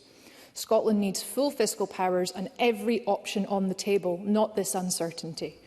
Scotland must become an independent country so that we can take a full view of our priorities and be certain 1 year to the next what we have to spend and what we're permitted to do.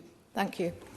Thank you, Ms Roddick. I now call Richard Leonard to be followed by Karen Adam to 6 minutes. Mr Leonard. Thank you, Presiding Officer. Well, much of this debate continues to be dominated by the tax treatment of inherited wealth. Farmers are taking to the streets of London today in protest at paying any tax on inherited wealth at all. And let me say from the start that I'm all in favour of dissent, of demonstrations, of direct action in a democracy. Democratic politics should always be about so much more than simply putting a cross on a ballot paper every few years. But just as the National Farmers Union, just as Scottish Land and Estates are entitled to a strongly held view against the government's inheritance tax reforms, so those of us who support the Labour government's reforms are entitled to a strongly held view as well. There have been attempts to quite deliberately misinterpret, misread and misrepresent the budget. This is not a land grab by the state. It is about how we tax private inherited wealth.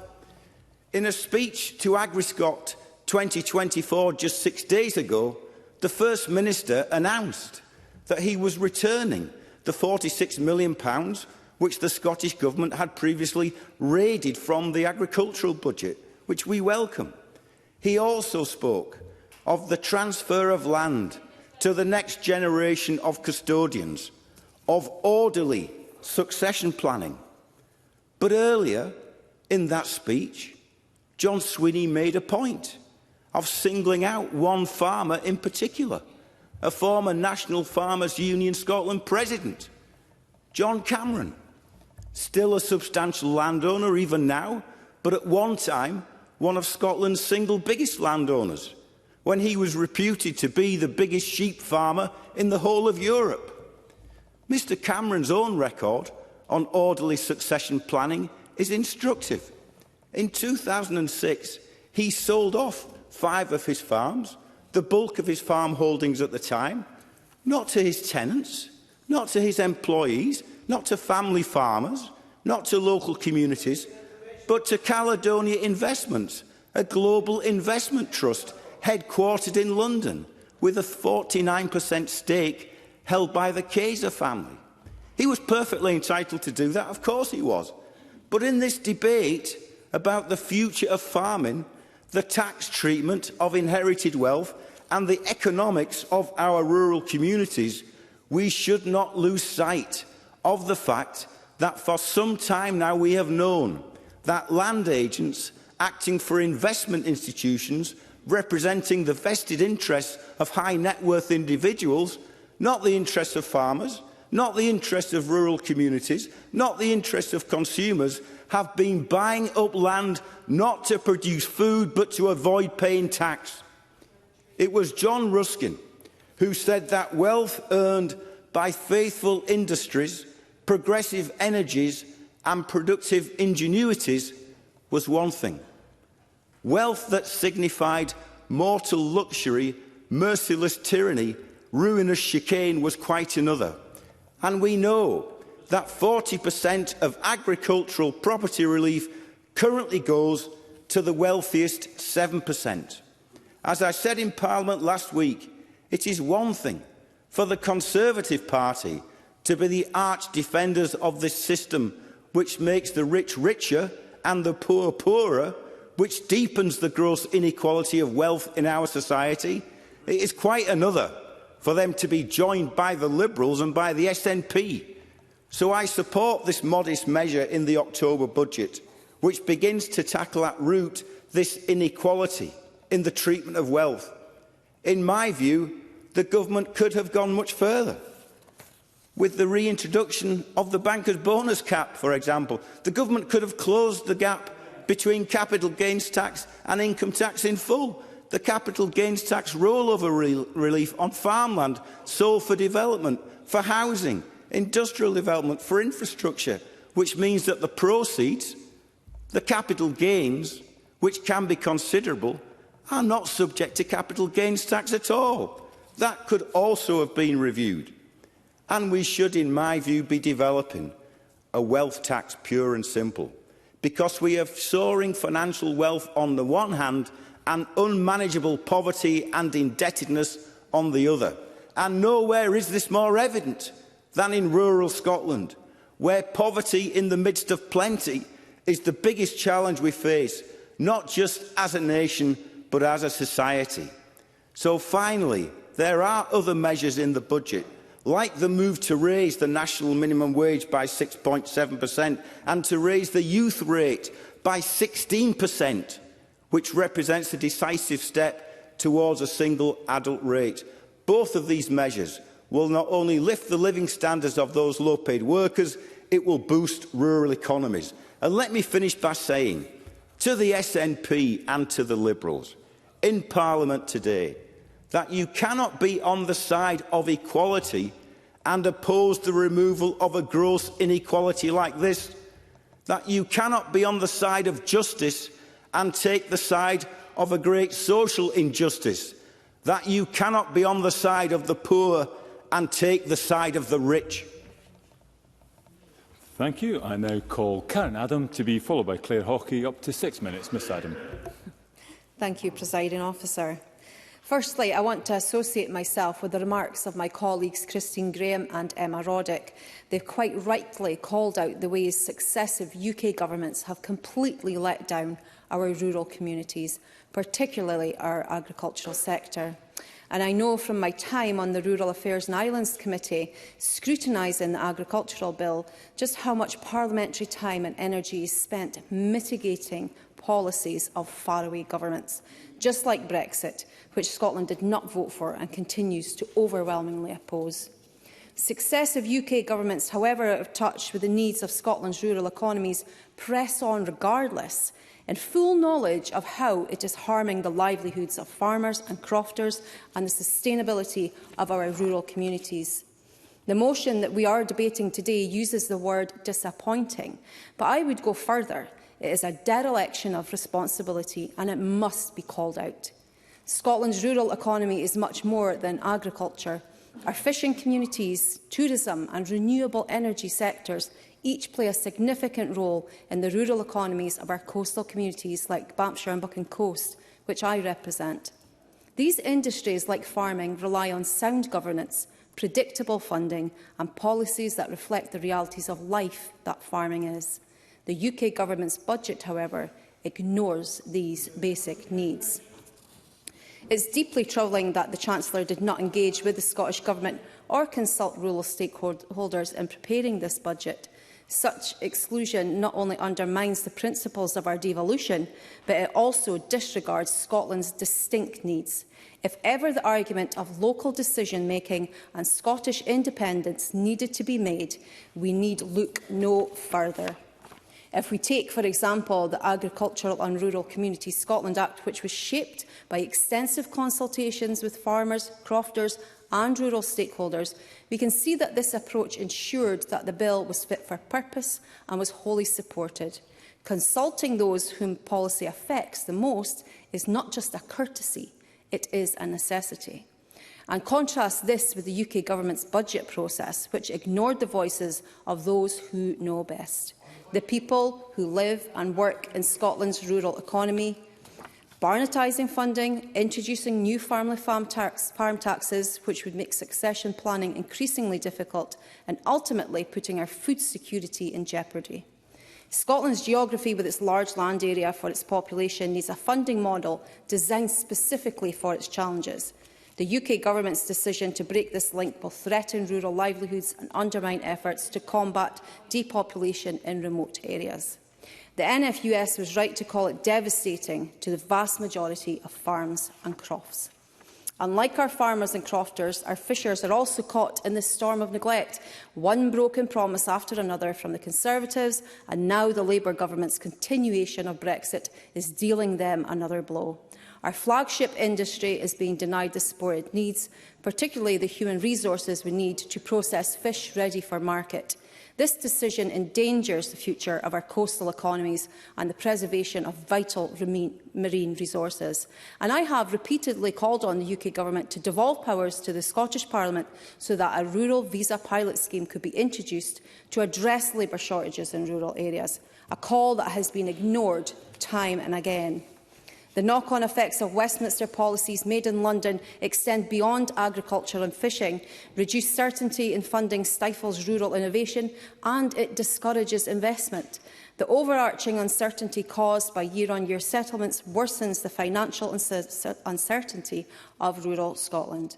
And this is why decisions affecting Scotland should be made in Scotland. And this is why we need independence. The UK Government must understand that rural Scotland is not an afterthought. It is a hub of innovation, resilience and potential. To ignore this is to undermine Scotland's entire economic ecosystem.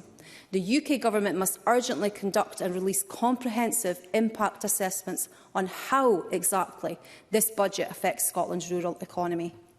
Transparency is non-negotiable. Reinstating the link between funding and landmass is essential to safeguard equity and sustainability, and it is imperative to establish formal mechanisms for intergovernmental consultation on policies affecting devolved areas. Scotland's rural economy requires solutions crafted with local input and expertise. In closing, Presiding Officer, I urge all members to support the Cabinet Secretary's motion. Scotland's rural economy should not be a policy afterthought. We must demand that rural proofing is front and centre of all decision-making. Thank you. Thank you, Ms Adam. I now call Claire Haughey to be followed by Murdo Fraser. Ms Haughey. Thank you, Presiding Officer. Now, some colleagues may find it unusual for the MSP for Rutherglen to be speaking in a debate on rural and farming issues. However, despite them representing a mostly urban and suburban constituency and its proximity to a major city, it does contain some rural areas, including working farms.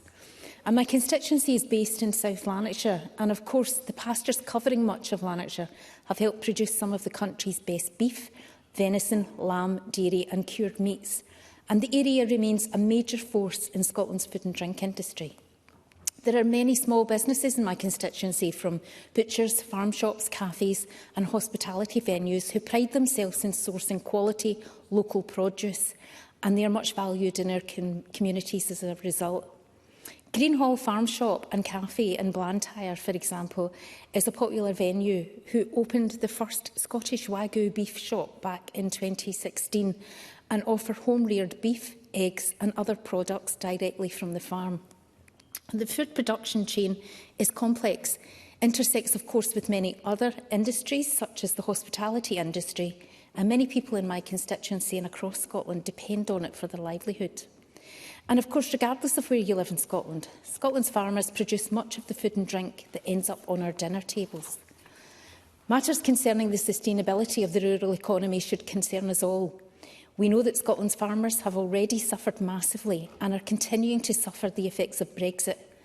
Brexit has had severe consequences for the industry, caused by a loss of access to the single market, higher supply chain costs and the loss of common agricultural policy funding. And that is the context in which the UK Chancellor set the UK budget. She had an opportunity to recognise these losses, take cognizance of the loss of certainty about long-term and sustainable funding that Brexit caused, and show support for Scotland's rural economy. Presiding Officer, the Chancellor did not do any of this. Before the UK general election, there was a clear and united voice across Scotland that farming needed to see multi-year ring-fence funding. That would have ensured the certainty that was there before we left the EU. But instead, the Labour government has left us with an inadequate settlement within the UK. Scottish farmers need and deserve our support, not further uncertainty over funding cuts. And rural Scotland should and cannot continue to suffer as a result of the decisions that have been made by the UK government. Presiding Officer, it is exactly the constraints of devolution here that are the problem, and I'm sure we'll hear from some of those on opposition benches about agriculture being devolved. But the Labour government's budget has completely overhauled the way post-EU agricultural funding is delivered to the devolved governments.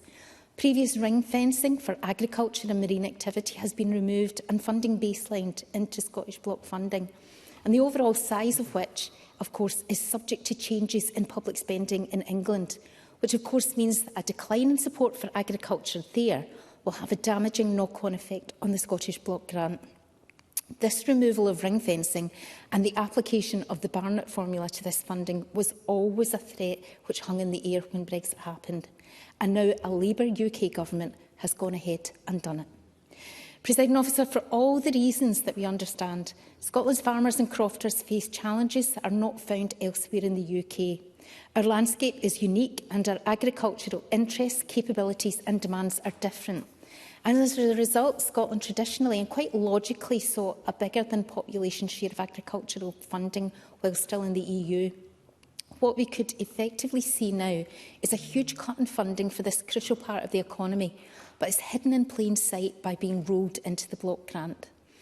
For a UK government so keen to be seen to be promoting economic growth across the UK, this is a very confusing message. Investment in rural communities and industries has long been understood to be a crucial strategy for stimulating national growth, and strengthening rural economies creates a more balanced and resilient economy overall. Presiding Officer, long-term funding was a certainty during our EU membership, and that has been stripped away.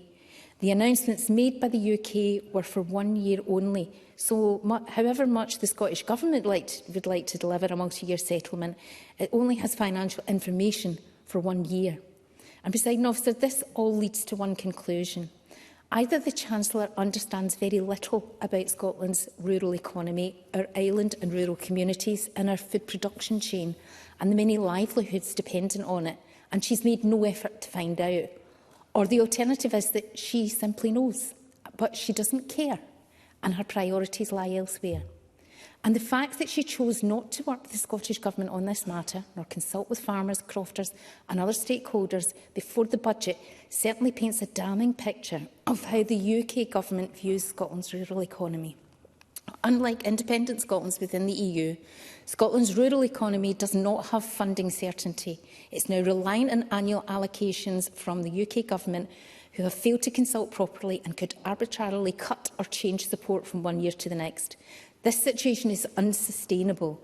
The UK Government must urgently reconsider and engage directly with Scotland's rural communities to prevent a crisis in the sector. Thank you. Thank you, Ms Hockey. I now call Murdo Fraser to be followed by Emma Harper. Mr Fraser. Thank you, Deputy Presiding Officer.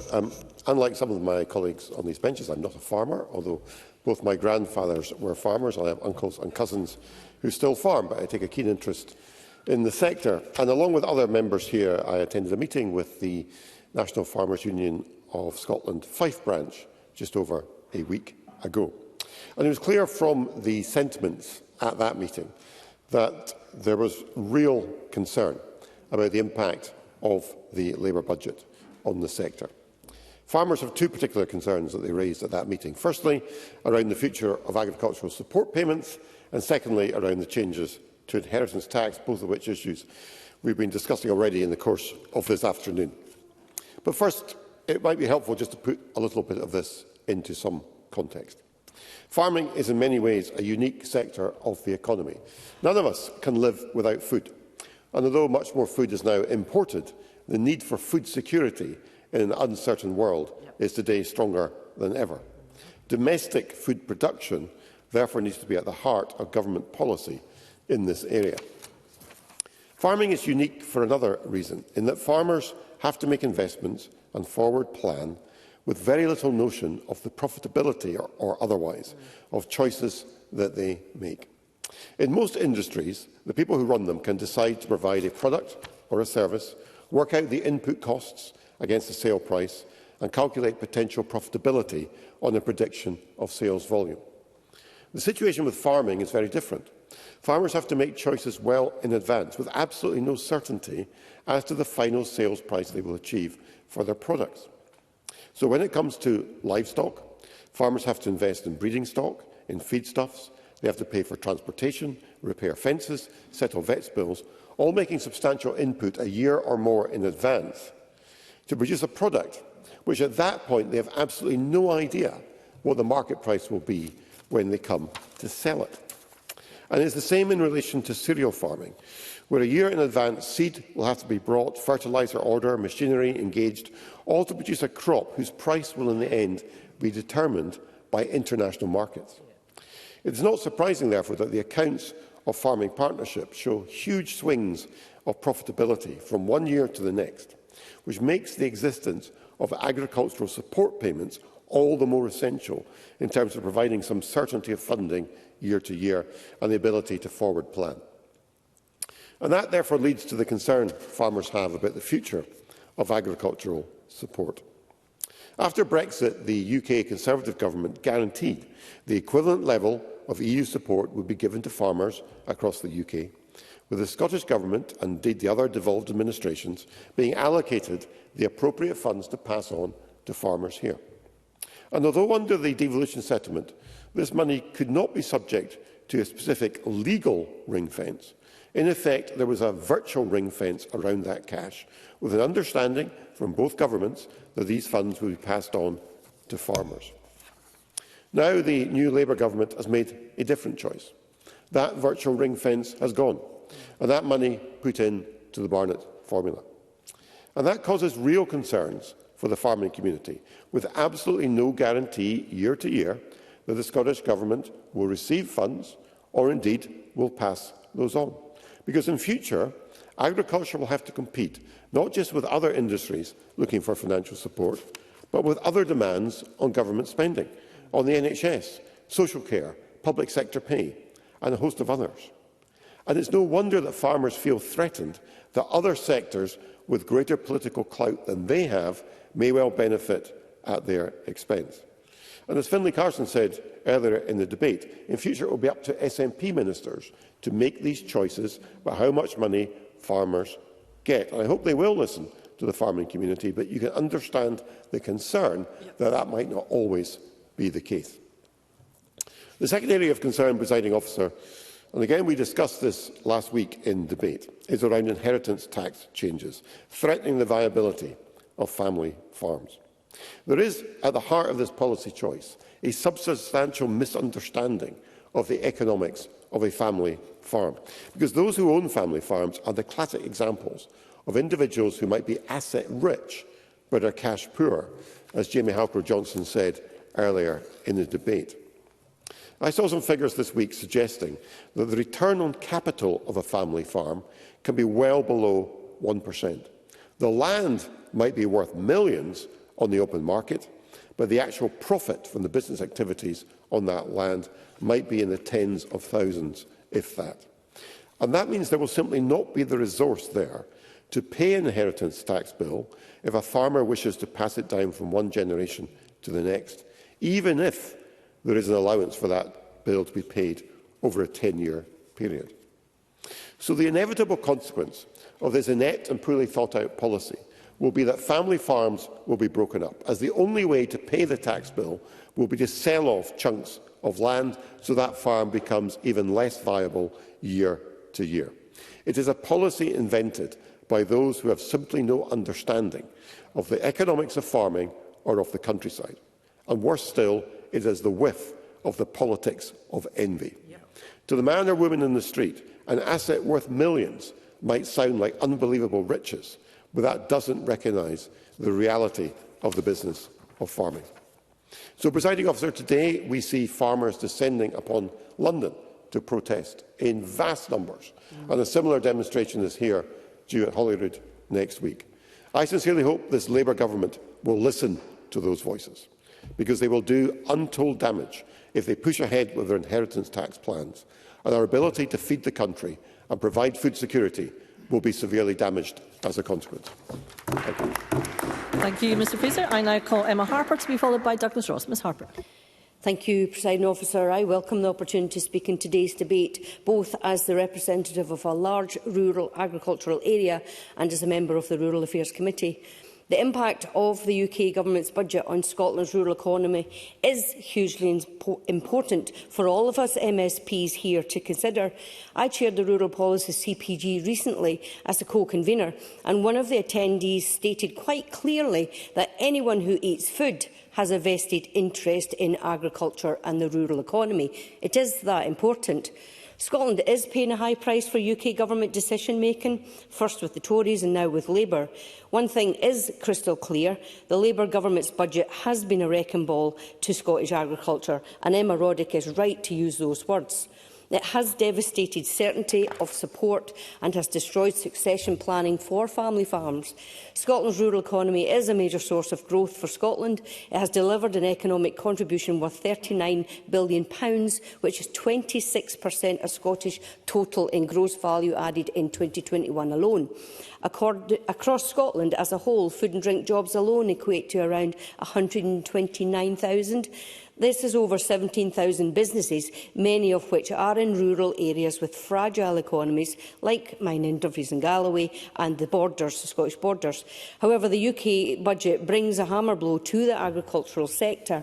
Before the UK general election, there was a clear and united voice across the country that farming needed to see multi-annual year ring-fenced funding. That was the right call. It would ensure the same certainty that we had while we were in the EU. Instead, Labour's broken Brexit Britain approach to farming is worse than before. The removal of ring-fence funding and barnetising this funding was always one of the biggest fears from the day after the Brexit vote, and the Labour Party have done it. This is galling, and I agree with NFU Scotland and farmers in D&G that this decision will have disastrous consequences. The Labour government's budget has overhauled the way the post-EU agricultural funding is delivered to the devolved governments.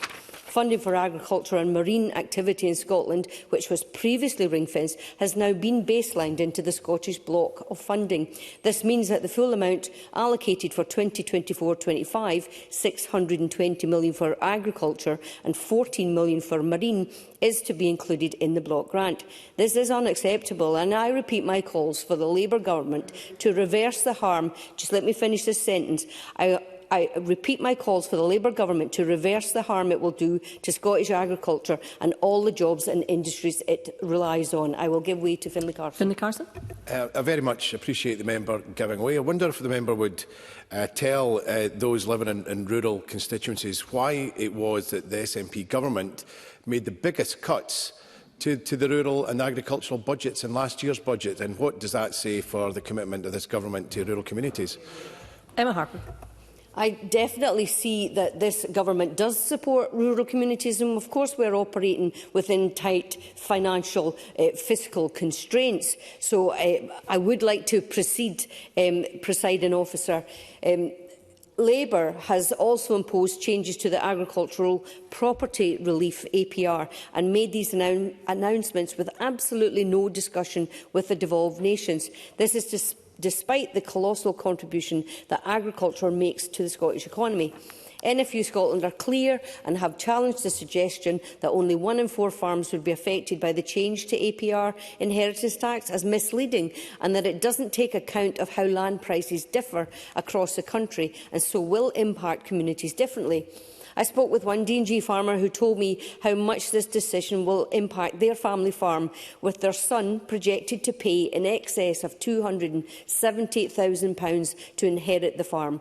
This isn't supporting our farmers, it's hindering them. Presiding Officer, it has to be recognised that the Scottish Block Grant is significantly affected by decisions that are taken by the UK, the United Kingdom Government. The Block Grant is now going to have an effect on the size of the resources available to the Scottish Government, which includes that funding which was previously ring-fenced for agricultural support. It means that if the budget is reduced in England, where there is 100% compatibility factors in Scotland, the Scottish budget will go down as a consequence. Instead of long-term funding certainty that was available in our EU membership, we now have an inadequate settlement here from the United Kingdom Government. So, however much the Scottish Government would like to deliver a multi-annual settlement, it only has financial information for 1 financial year. So one thing I do want to pick up on was the labour shortages issue, and Karen Adam mentioned this as well. Migration is possibly the biggest challenge facing Scotland's economy right now. It is unforgivable that every Westminster party is completely ignoring Scotland's specific migration needs as they fight for right-wing voters in England. And the Rural Visa Pilot Scheme would help mitigate against labour shortages and facilitate routes for workers to come to Scotland and support our public services and help businesses to reach their full potential. During the general election campaign, Dame, potentially soon-to-be Baroness Jackie Bailey, said Labour was open to talks, but so far there has been no progress on this matter, despite the First Minister and Rural Secretary consistently raising the issue with UK ministers. Presiding Officer, in closing, the UK Government's budget will be disastrous for our farmers and it must be rethought. I will support the Government's motion today at decision time. Thank you. Thank you, Ms Harper. I now call on Douglas Ross to be followed by Michelle Thompson. Mr Ross. Thank you very much, Presiding Officer. The scenes in London today are incredible and frankly inspiring that so many farmers from across all parts of the United Kingdom have converged on the capital to send the strongest possible message to the UK Government about how damaging their changes in the recent budget are going to be. And I think it is worth putting into context that it is not easy for farmers anywhere in the country, let alone the Scottish farmers that have gone down south, to just nip to London for the day. I made the comment in a paper at the weekend. Farmers very rarely take holidays themselves. Indeed, maybe going to the Highland Show for 4 days is their annual holiday. It's difficult to get away from a farm, particularly at this time of year. I remember when I was milking cows, the winter was always a lot more difficult with bedding cubicles every day. Straw courts have to be replenished. You've got to feed them a lot more when all the cattle are inside. We're dealing with freezing temperatures. I remember going around the calf barns carrying buckets of water because the pipes were frozen. But in spite of all that, of all of the challenges farmers and crofters are facing at home, they have gone down to London to send this message. And at lunchtime, the Met Police predicted the numbers were 10,000, and it was going up as the day progressed.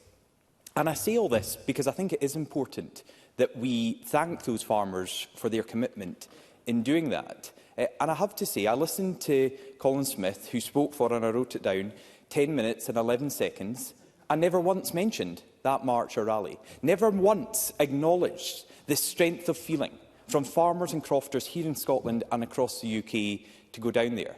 And sadly, Colin Smith's ignorance of what is going on today is replicated by his Labour counterparts in the UK Government, because Rachel Reeves and Steve Reid, the DEFRA Secretary, put out a statement to farmers but couldn't go and speak to the farmers themselves, couldn't look them in the eye and answer their concerns.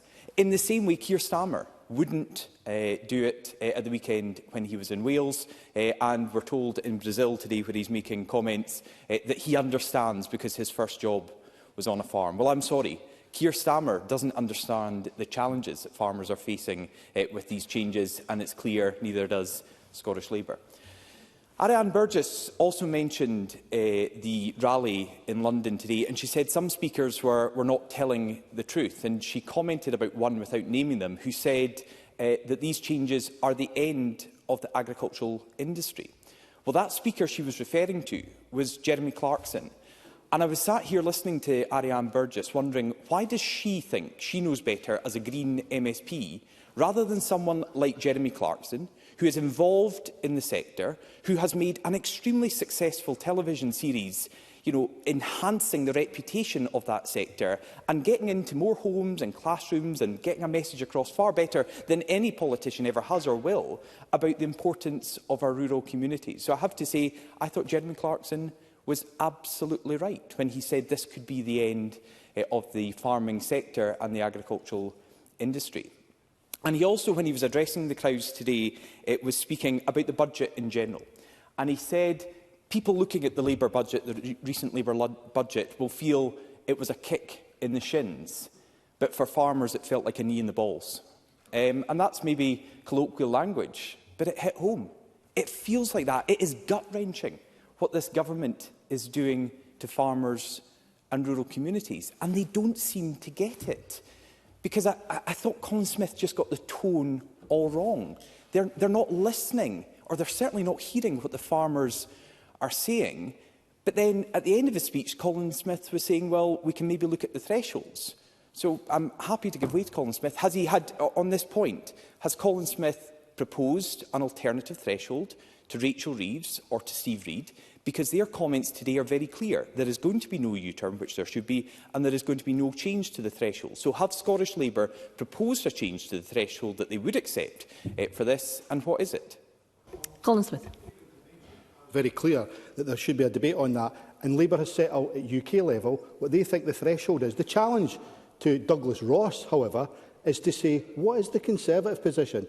Is the Conservative position appears to be that not a single farmer should ever pay any inheritance tax.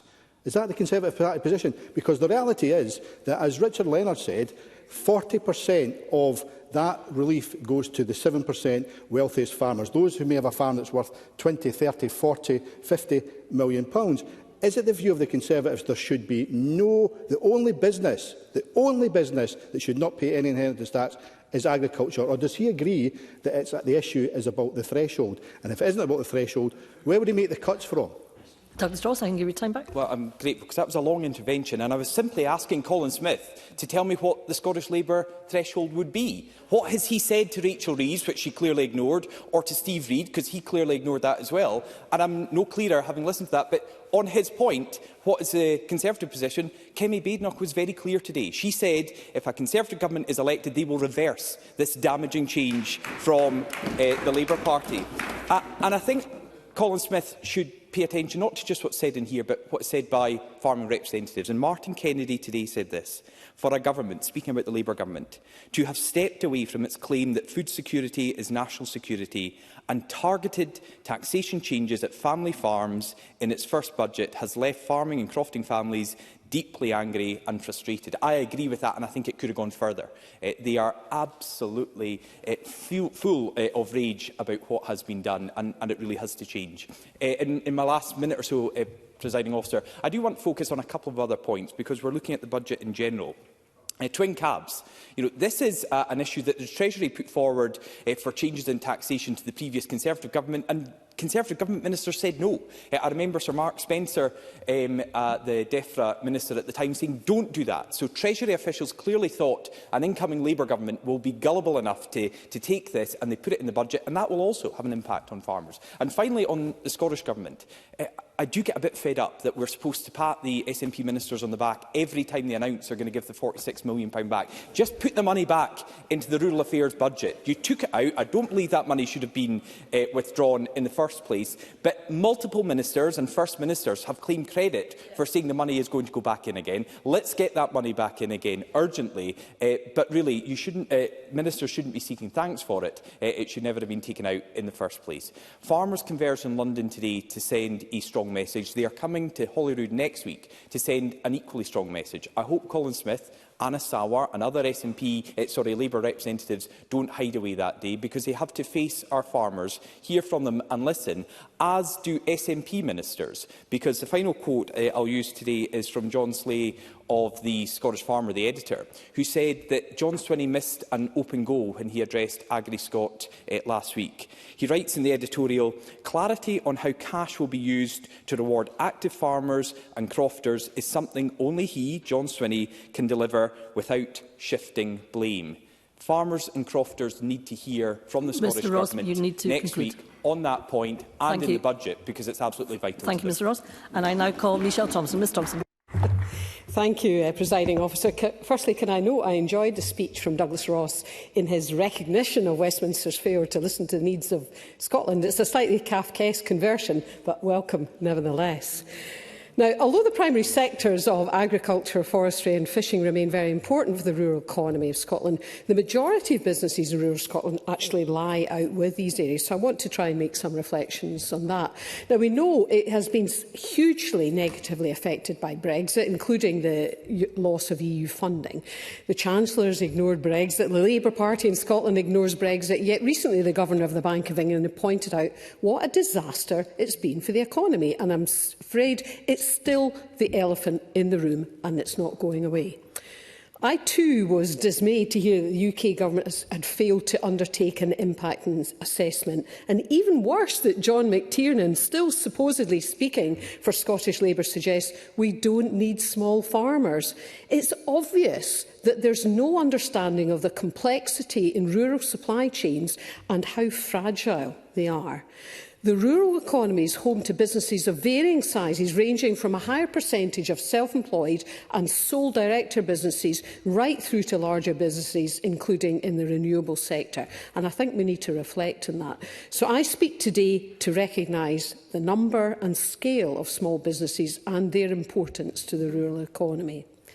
There are many factors that can inhibit growth. For example, many communities are far too removed from the trunk road network, and often public transport is historically weak. We know housing is a major problem. Indeed, it's been mentioned earlier in the debate today, and particularly in relation to affordable social housing being lacking in many rural settings. There are areas where significantly more investment is needed, yet the budget and indeed the budget process continues to deny the Scottish Government the ability to borrow properly to invest. And this is something that I have spoken about on often. We need to find a way to invest much more in infrastructure in rural Scotland. And I know this is something the Scottish Government is continuing to work hard on. So the budget was supposed to be about growth, but it seems to be the case that most budget measures will further depress rural economies. And given that the rural economy of Scotland contributes tens of billions of pounds annually to the overall Scottish economy and, of course, to the UK government coffers, we cannot afford to neglect it. Now, Colin Smith keeps asking where the money will come from so that they don't have to tax the small farmers. Well, how about going for a growth budget? How about stopping access to tax havens, corruption, money laundering through the city alone that's estimated to cost the UK economy £262 billion each and every year? How does that compare to 40 million? How about having a look at that? So there's some specific issues emanating from the budget. Freelancers, sole directors of their own limited companies, they make up a large part. And the Chancellor's change to the per employee threshold, which will fall to £5,000 from £9,100, will have an impact on drawing down a salary as they're ineligible for employment allowance. This will not encourage growth or entrepreneurship in rural settings. Thousands of freelancers and contractors who have been forced into umbrella company payrolls due to IR35 rules, unless they can negotiate a higher rate of pay with their end client, see these contractors' take-home pay fall as they cover the cost of their umbrella company's higher employer national insurance bill. This will only have a negative impact on growth. The fiscal drag caused by the Chancellor freezing personal tax allowances until 2028 will see many employers in the rural economy dragged into higher tax bands. So fundamentally, the Chancellor's approach will harm rural economies. It doesn't encourage investment in transport and housing at the levels required and will have a fundamentally negative impact on growth. Thank you, Presiding Officer. Thank you, Ms Thompson. We will now move to closing speeches, and I'm disappointed to note that a member who has spoken in the debate is not in his seat, and I would expect an explanation and an apology, because that is discourteous to all the speakers in the debate and also to the presiding officer and the chair. I call Ariane Burgess to close on behalf of the Scottish Greens. Ms Burgess.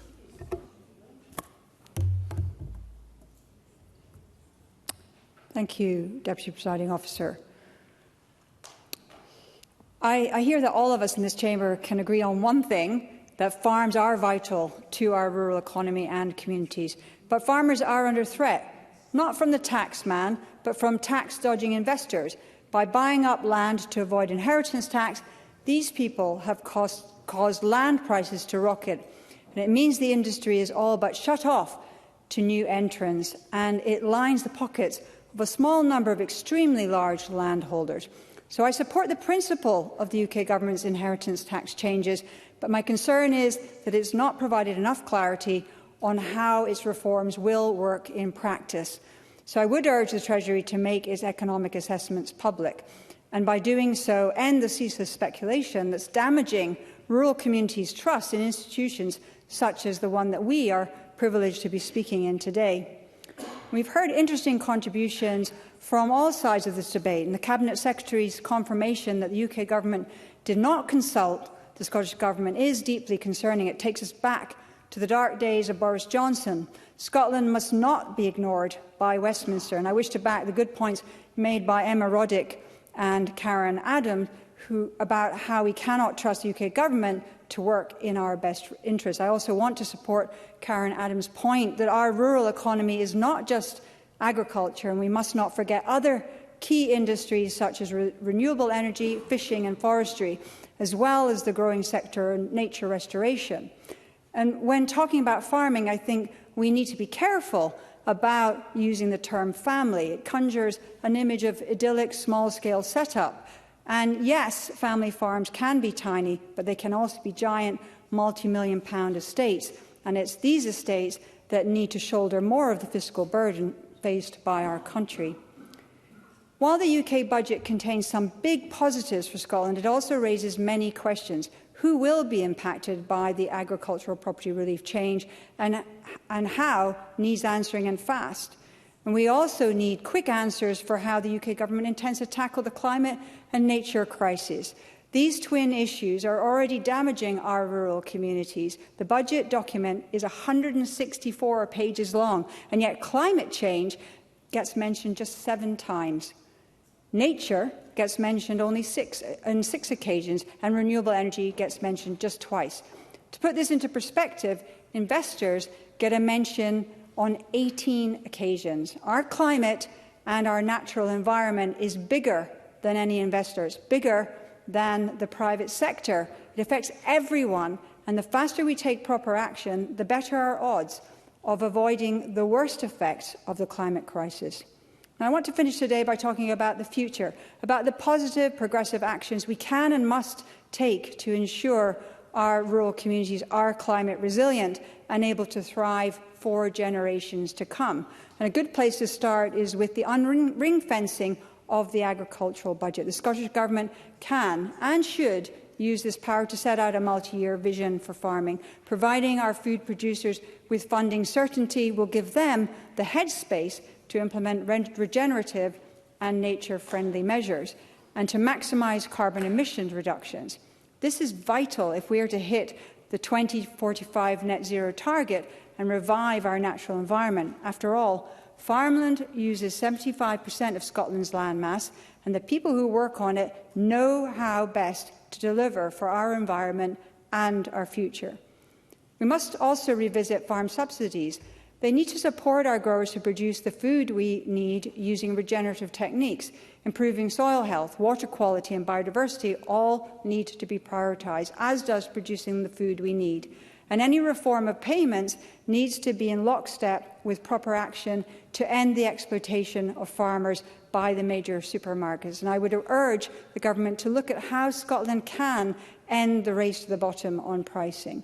Not only would this mean subsidies stay in the pockets of food producers, allowing them to invest in their operations and innovate for the benefit of Scotland's environment, animal welfare and economic prosperity, it will also protect consumers who will have greater access with responsibly produced, high-quality Scottish food and drink.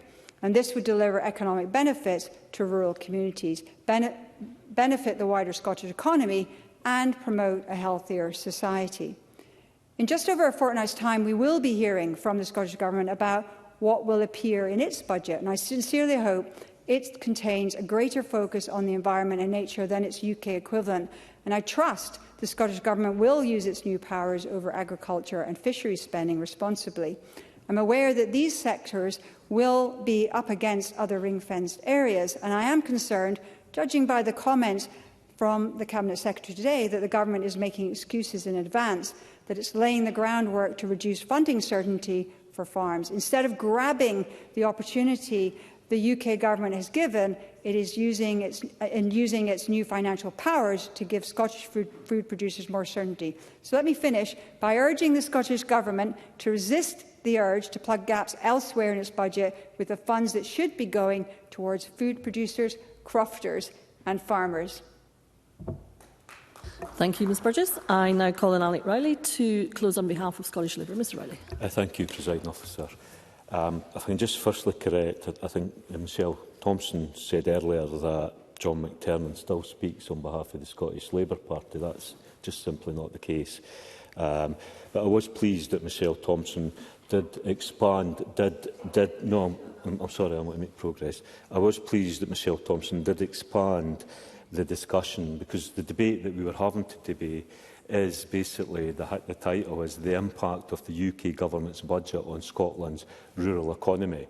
Now, I know some people have wanted to highlight the farming issue, and I'll come to that, but as our amendment, which I'm speaking to in closing, states, this has been the largest ever investment increase since devolution that's coming into Scotland. And part of the issue, if I have time to come on to it, is how this devolved Parliament and devolved government is actually going to use that substantial increase in investment, 1.5 billion 24-25, 3.4 billion next year. How are we going to use that to invest in the rural economy and use the powers of this place, the powers of the government here, to tackle some of the major issues that are impacting on the rural economy of Scotland, such as, for example, I think it was mentioned earlier by a few people, the failure to address the housing crisis and housing shortage that we have, that is devastating for the growth of the rural economy in Scotland. I think we had a debate, Michelle Thompson also mentioned Brexit, we had a debate in here just a few weeks ago about the devastating impact of Brexit on Scotland, on the UK. We agree, I think there was, other than the Conservative benches, I think there is broad agreement in this place that Brexit has been damaged. And in fact, the evidence is overwhelming. Brexit continues to do the damage. And where I disagreed with my good friend Christine Graham on that debate is that I don't think you can simply go into a room, clip your fingers and go back in. But that's for another time and another debate. I have to say that Douglas Ross mentioned Steve Reid and what he's been saying with the UK government. I just wanted to pick that up because I did see that he made a statement today basically saying that most farmers will pay no inheritance tax. And he said, and I quote, the only ones that will be affected, it will be around 500, will be the very wealthiest or the biggest farms. They can plan their tax affairs just like any other business. Well, I want to continue with this because I'll come back to you, but I want to continue this because I thought, well, firstly, the farmers that I've spoken to over this last week or so do not believe that to be the case. I'm meeting with farmers, local farmers again, later this week, and I certainly know the concerns that they have. But that, I thought, was the most important point, and a really good speech by Ariona Burgess, where she talked about the clarity of detail, or the failure of the clarity of detail. And that's why you're seeing so much information and different information coming out. We absolutely need clarity on this issue, and I would acknowledge that. Douglas Ross. To Alec Rowley for giving way, but that's the whole problem here. His own farmers don't even believe what his own Labour DEFRA Secretary is saying. But would he also agree that that statement may have carried more weight if Steve Reid had bothered to give it in person to the tens of thousands of farmers who were marching in London, rather than issuing it through the press? Alec Rowley. Well, I mean, I can't comment for what Steve Reid does and doesn't do, but what I would say is we clearly need to have some form of clarity. Because there is no doubt, I think, as Ariana Burgess again said earlier, the greatest threat to food security and the future of farming in Scotland is the tax dodgers. It is the people that are running around buying up land, buying up farms, simply to avoid tax and to avoid tax inheritance. And we've seen lots of examples of that, and that needs to be addressed. Yeah. Oliver Mundell. I'm confused how the member thinks this is going to solve that. If family farms are forced to sell up and put more land on the market, who exactly does he think is going to be buying it? Alec Rowley. Well, that's the point that I'm making in terms of pointing to the clarity detail. And that's why it's clear when I talk to farmers locally, as I say, I'm meeting with other farmers this week again. When I talk to farmers, they're absolutely clear that this is keeping them up at night. This is a real worry for them. So we need to get the clarity there, and we need to get the facts so that we are absolutely clear what this means and what this doesn't mean. The Minister, I raised with the Scottish Government after a visit to a farm, which I think I was on with unfairly, and farmers were raising me then the amount of good quality farmland that was being bought up, and bought up by those investors that Richard Leonard talked about, who basically are buying up land to make the profits by offsetting carbon. So the large institutions. And I raised it in Parliament and raised, I think with this Minister or the last one, how much land in Scotland, good quality farming land, has been bought up for such ventures. How much land are we losing? And the response I got then was that the government do not keep those kind of records and didn't know that. So there's a wider issue here about land value, how land's managed, and how we actually move forward to protect farming land up and down Scotland that needs to be addressed. In terms of the budget for Scotland, as I mentioned earlier, I hope we'll see investment in housing and infrastructure. But as Richard Leonard pointed out, the rise in the minimum wage and the significant rise for younger people will have a positive impact on our rural economy, because those people on the lowest wages will be the people that will be spending the money in our rural economy. So I think it's a bit of a myth in terms of this debate that we've had today, because we have simply focused on one issue. The fact is that there was a lot in that budget that will be good for the rural economy, and we should see that. Thank you. Thank you, Mr Riley. I now call on Rachel Hamilton to close on behalf of the Scottish Conservatives. Ms Hamilton. Thank you, Presiding Officer.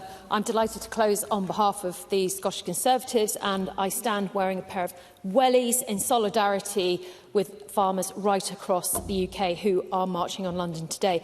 It's not been a great start for Keir Starmer, and chaos is unfolding. Only this morning we see that Scottish Labour have dissented from the party line and called for a U-turn on the winter fuel payment.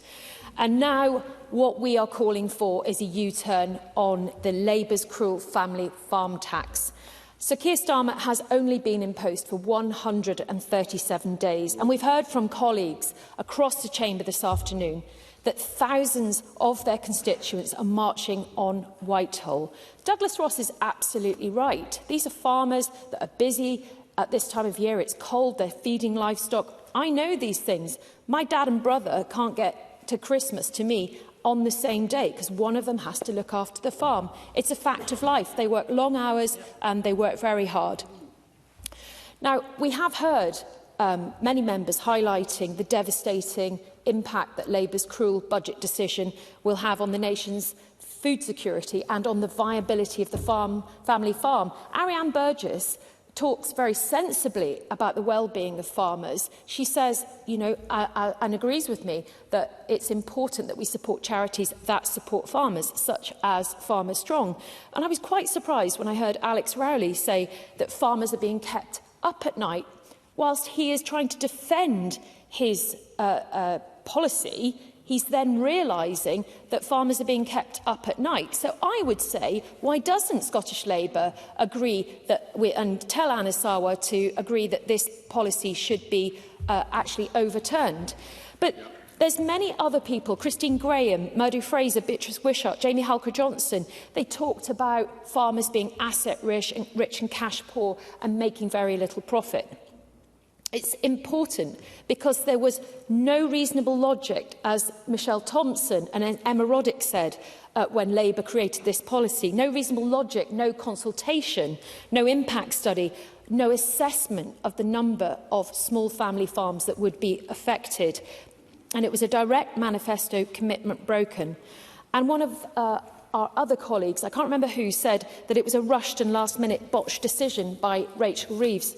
And the fact that Labour are so unapologetic about this, so unwilling to accept the reality of this cruel tax, just shows how disconnected from reality they really are. Steve Reid has said that farmers will just have to learn to do more with less. Anna Sarwar called this tax proportionate.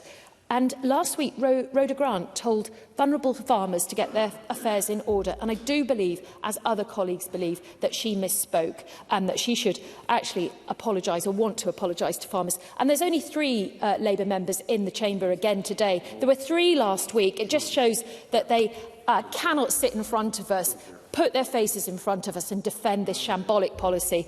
Presiding officer, Labour have also chosen to ignore the BEW recommendations and barnetise farm funding. This has created further uncertainty to farmers and rural communities and their future. But also they've been left at the mercy of the SNP, who have been in charge in Scotland for 17 years. They cut the Rural Affairs budget by millions, they cut the agricultural budget by millions, they cut the Pillar 1 payments, they froze the LFAS payments, and Fergus Ewing wants to know quite rightly when the 46 million will be returned. There's been many people who have promised this money will be returned. Douglas Ross highlighted that. We want to know when that money will be returned. And as my colleague Finlay Carson said, they've refused to publish a draft rural support plan. That would have given farmers certainty and detail on those schemes and confidence to invest in their farms. So between the 2 parties, between Labour and the SNP, the lack of confidence and the lack of investment is evident amongst these very worried farmers. Presiding officer, the contempt for the rural economy is clear. And to them, these budgets are nothing more than a pot to raid when they mismanage Scotland's finances. Where does this leave rural Scotland? Competing for scraps from a shrinking pot. Finlay Carson said that it's ironic that the SNP cannot say or cannot commit to providing multi-annual funding using the excuse that the money isn't there in future years. Now, the NFUS brief today has said that the agriculture and rural economies portfolio funding is now exclusively down to the Scottish Government to deliver from their budget. And those are not my words. Those are the words of the NFUS, who represent thousands of farmers across Scotland. And next week, next Thursday, the 28th, there will be a march on Parliament to bring this message to the Scottish Government, because the hypocrisy in the motion from the Scottish Government is clear. They shout that Labour have ditched guaranteed funding, but Mary Goujon is standing here not prepared to support our amendment in the agricultural bill, which would have guaranteed that agricultural funding was allocated to the sector and not diverted to other portfolios. Presiding officer, we will reluctantly support the Scottish Government's motion because we stand with them against Labour's betrayal. But we will not take our foot off the gas when it comes to getting a fair deal for farmers, because we are the party who are standing up for rural Scotland.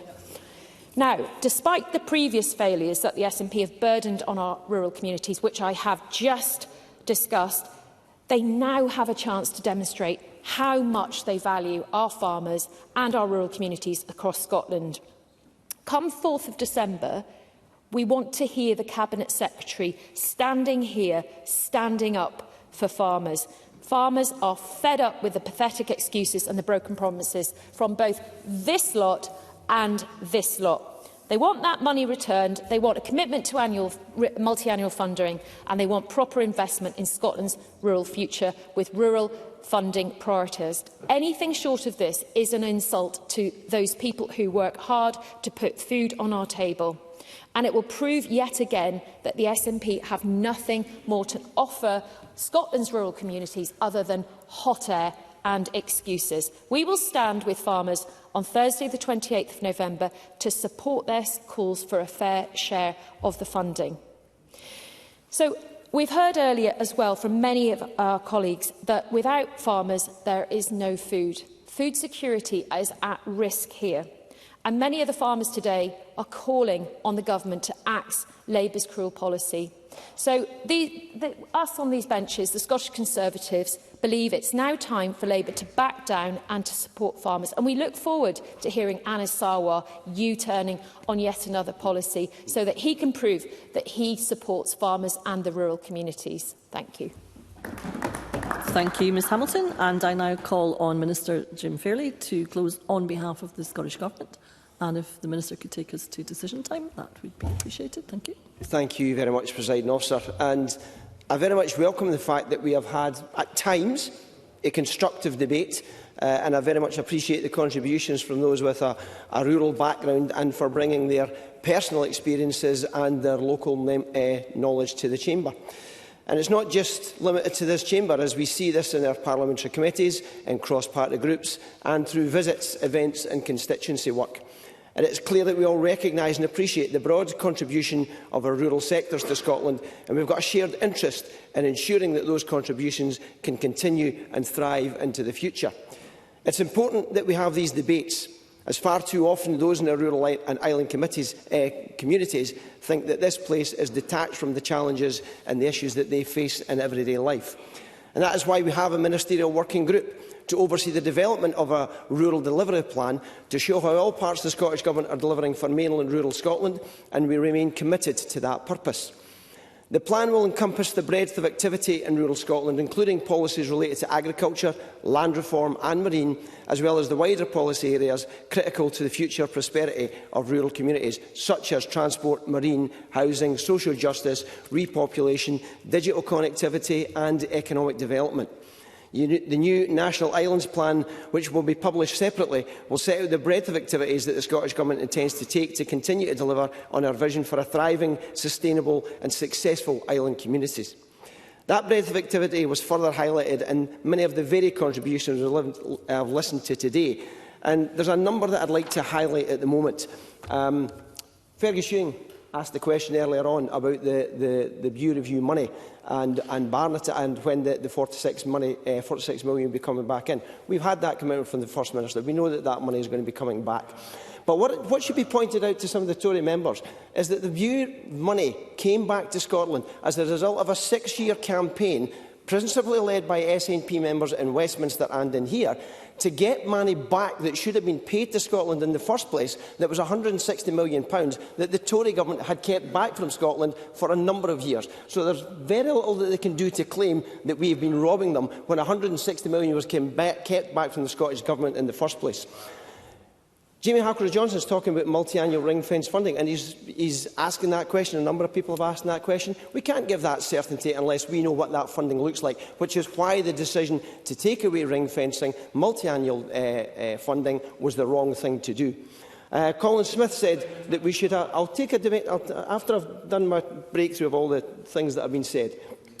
And I should also say Fergus Ewing should have got a degree of recognition for the work that he did with the stability and simplicity, because that has given stability over the last number of years and allowing farmers to know that there is going to be a support system there, which the Cabinet Secretary has continued with. Colin Smith talked about we should have a debate on thresholds. Now, that's an interesting point. We'd welcome that, and a proper consultation on this issue would have actually given some certainty to what thresholds could have been. And if Emma Roddick made the same point, that consultation has been asked for by a number of members, and the point that Emma made was that Treasury and DEFRA have got a different analysis. That would have been brought out in a consultation as well. Karen Adam made the point that the consultation was needed because there had been no impact assessment made. So all of these things could have been done if it had been properly consulted upon. Beatrice Wishart hit the nail on the head. She said that the asset value of land bears very little resemblance to the productivity of the land. It was a point that was also made by Murdo Fraser, and I absolutely accept that. The point is correct. Richard Leonard talked about John Cameron. I found that contribution thoroughly distasteful. John Cameron has no family to leave his inheritance to, but he has done substantial work in making sure that people get opportunities in Scotland and abroad. And he talked about you were entitled to different opinions. He's absolutely entitled to his opinion, but he's not entitled to facts. And the fact is John Cameron does not have a family to leave his inheritance to. Christine Graham's point was comedy gold, because the branch office here really has showed itself up to be a twig. She made the very important point that this Parliament is nothing more than what the Labour Party are looking for, is this Parliament to be nothing more than a mitigation chamber. Surely we can have far more ambition for this Parliament than that. Claire Hockey, for an urban constituent MSP. She made a brilliant speech, eloquently talking about the range of food and drink businesses in her constituency. I should also point out that Lanarkshire is some of the home of some of the best blackface sheep breeders in the country. They are the pinnacle of the stratified sheep system that is so important to Scotland and is seriously under threat from the policies of the Labour Party. She talked about the fact that the banditisation means that funding is now hidden in plain sight, and she's absolutely correct. Emma Harper laid out some stark figures around what farming brings to the economy of Scotland, and the Labour strategy to the specific rural visa scheme. We don't have one, and that's something that Scotland absolutely needs. Douglas Ross made some very good points, and he was laying out the challenges that farmers face, and I know from over 30 years of shepherding and farming in my own life just how difficult it is for farmers to get off the farm at this time of the year. So the fact that they have done it really should highlight to the Labour Party how badly they have taken this policy. Michelle Thompson's talking about the Brexit elephant in the room, and John McTiernan. And I take the point that Alec Rowley says that he maybe doesn't speak for the Labour Party, but he shows a clear understanding that he doesn't understand rural Scotland. And the debate that we're hearing today and in Westminster also clearly demonstrates that they simply do not understand rural Scotland. So it's often said that rural voices know best, and we recognise that hasn't been the case because they simply haven't listened. And it's why we continue to support invaluable activities like the Scottish Rural and Islands Programme, Scotland Rural and Islands Parliament, Young Islanders Network and the Scottish Rural Islands Youth Parliament. Give me 1 second. It is why we have made commitments in agriculture to co-develop our future support with our rural partners. However, in order to successfully deliver on all of these things and to achieve the outcomes we are all seeking, we need to have a coordinated engagement and much greater collaboration in the areas of shared interests between all four nations. I'll take the intervention from Jamie Harper-Johnston. Jamie Harper-Johnston. For taking the intervention. As Rachel Hamilton has said, we will support the government motions today because we recognise the damage that the Labour budget is doing. But I was just going to ask the Minister whether he will support our amendment to the motion. And if he doesn't, what is it he disagrees with? Is it that we call for the Scottish Government to work with the UK Government to ensure certainty for farmers and crofters by delivering multi-year ring-fence funding for agriculture? Or is it that we're calling on the Scottish Government to ensure all agriculture funding is allocated to the sector and not diverted for youth in other portfolios? Which of those does he disagree with? There's actually an awful lot in the motion or the amendment that they put we actually do agree with. But what you didn't say was that it wasn't the Tory party who put 50 years of ring-fence funding. That was the EU that did that. And in terms of putting multi-year funding, the Scottish Government can't do it if we don't have that multi-year funding of our own. So I'm going to continue. The UK Government made a promising start in resetting the intergovernmental relationships with the relaunch of the Interministerial Group for Environment. And I have to say, the previous Tory government certainly didn't have that relationship. So the IMG EFRA, it has now met twice since the new government was formed, firstly in September and then again just yesterday. And the IMG EFRA, and I quote, operates in line with the fundamental principle that collaborative working will be founded on maintaining positive and constructive relations based on mutual respect for the responsibilities of the governments and their shared role in the governance of the UK. At the September meeting, ministers discussed the importance of providing sufficient ring-fence funding, sufficient ring-fenced multi-annual funding to support the agricultural, rural and marine sectors across the UK and to provide them with the long-term clarity as soon as possible. To say that we are disappointed, as the Cabinet Secretary said, goes beyond it. Clearly, all of those calls in those interministerial government meetings have gone out the window. So while it's right that the Scottish Government has freedom to make budget decisions, a population-based Barnett settlement is inappropriate given the size of Scotland's land and is a missed opportunity to recognise the potential of that land to contribute significantly to the UK's climate and restoration targets. The actions of the UK Government at their autumn budget runs contrary to the discussions at the IMG EFRA, and it undermines the purpose of the group and the positive early engagement that the four nations had made in good faith. I'll take the intervention. Lee Carson. I appreciate the Minister giving away. Given the importance, and we've heard it from right across the Chamber, of multi-year funding, will the Minister now, given that they've got all the purse strings to the Scottish budget, commit to multi-year annual funding for agriculture? Minister. We've clearly set out before, we do not have budget allocations beyond spring of next year. So that it's a pointless ask because we cannot deliver it. So the points that we made, that I was making earlier on, the points were put to the UK Government yesterday, and it now must urgently and decisively set out how and when meaningful four-nation engagement will take place in order to inform the UK spending review process. The UK Government's announcement that it would remove exemptions of agricultural property relief for inheritance tax is a perfect example of what happens when decisions are arbitrarily taken without consultation with the farming community, its representatives or the Scottish Government. We are still waiting on the UK Government to undertake and publish impact assessments on the cumulative impact of its budget proposals on farmers and crofters in Scotland, as this Chamber called for last week. It is crucial that on fundamental issues such as these, this Chamber stands united and steadfast behind our rural communities. Prior to the UK autumn budget, stakeholders were united in calling for an uplift to agricultural funding in recognition of the essential role of agriculture to sustain high-quality food production while delivering towards climate and nature outcomes. We, as a Parliament, must ensure that rural Scotland is not shortchanged again, and when it comes to the UK Government spending review, I very much hope that we can work on a cross-party basis to make representation in support of our rural communities. Thank you, Presiding Officer. Thank you. That concludes the debate on the impact of the UK Government's budget on Scotland's rural economy. It is now time to move on to the next item of business.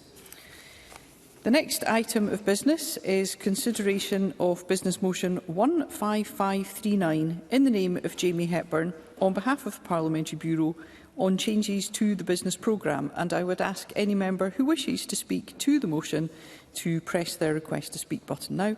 And I call on Jamie Hepburn to move the motion. Thank you very much, Presiding Officer. This business motion has been brought forward to amend this week's business on the back of two requests for statements from opposition parties. There was a request by the Labour Party for... absolutely. Martin Whitfield. I'm very grateful to the Minister to take an intervention on that, and can I put on the record my thanks to the Scottish Government for allowing and acquiescing to the requests for these ministerial statements at this time, please. Minister. I'm always happy to do so, although I should probably continue, Mr Whitfield, to let everyone know what the statement is actually about. The statement on improving transitions for young disabled people into adulthood, and also a request from the Conservative Party, who I see are not rising, to thank me for acquiescing to their request for a statement on the National Care Service. And with that, I move the motion in my name. Thank you, Minister. As no other member has asked to speak to the motion, therefore the question is that motion 15539 be agreed. Are we all agreed? The motion is therefore agreed. And there are three questions to be put as a result of today's business. The first question is that Amendment 15508.2 in the name of Jamie Halcrow-Johnston, which seeks to amend Motion 15508 in the name of Marie Goujon on the impact of the UK Government's budget on Scotland's rural economy, be agreed. Are we all agreed? No. The Parliament is not agreed, therefore we'll move to a vote, and there will be a short suspension to allow members to access the digital voting system.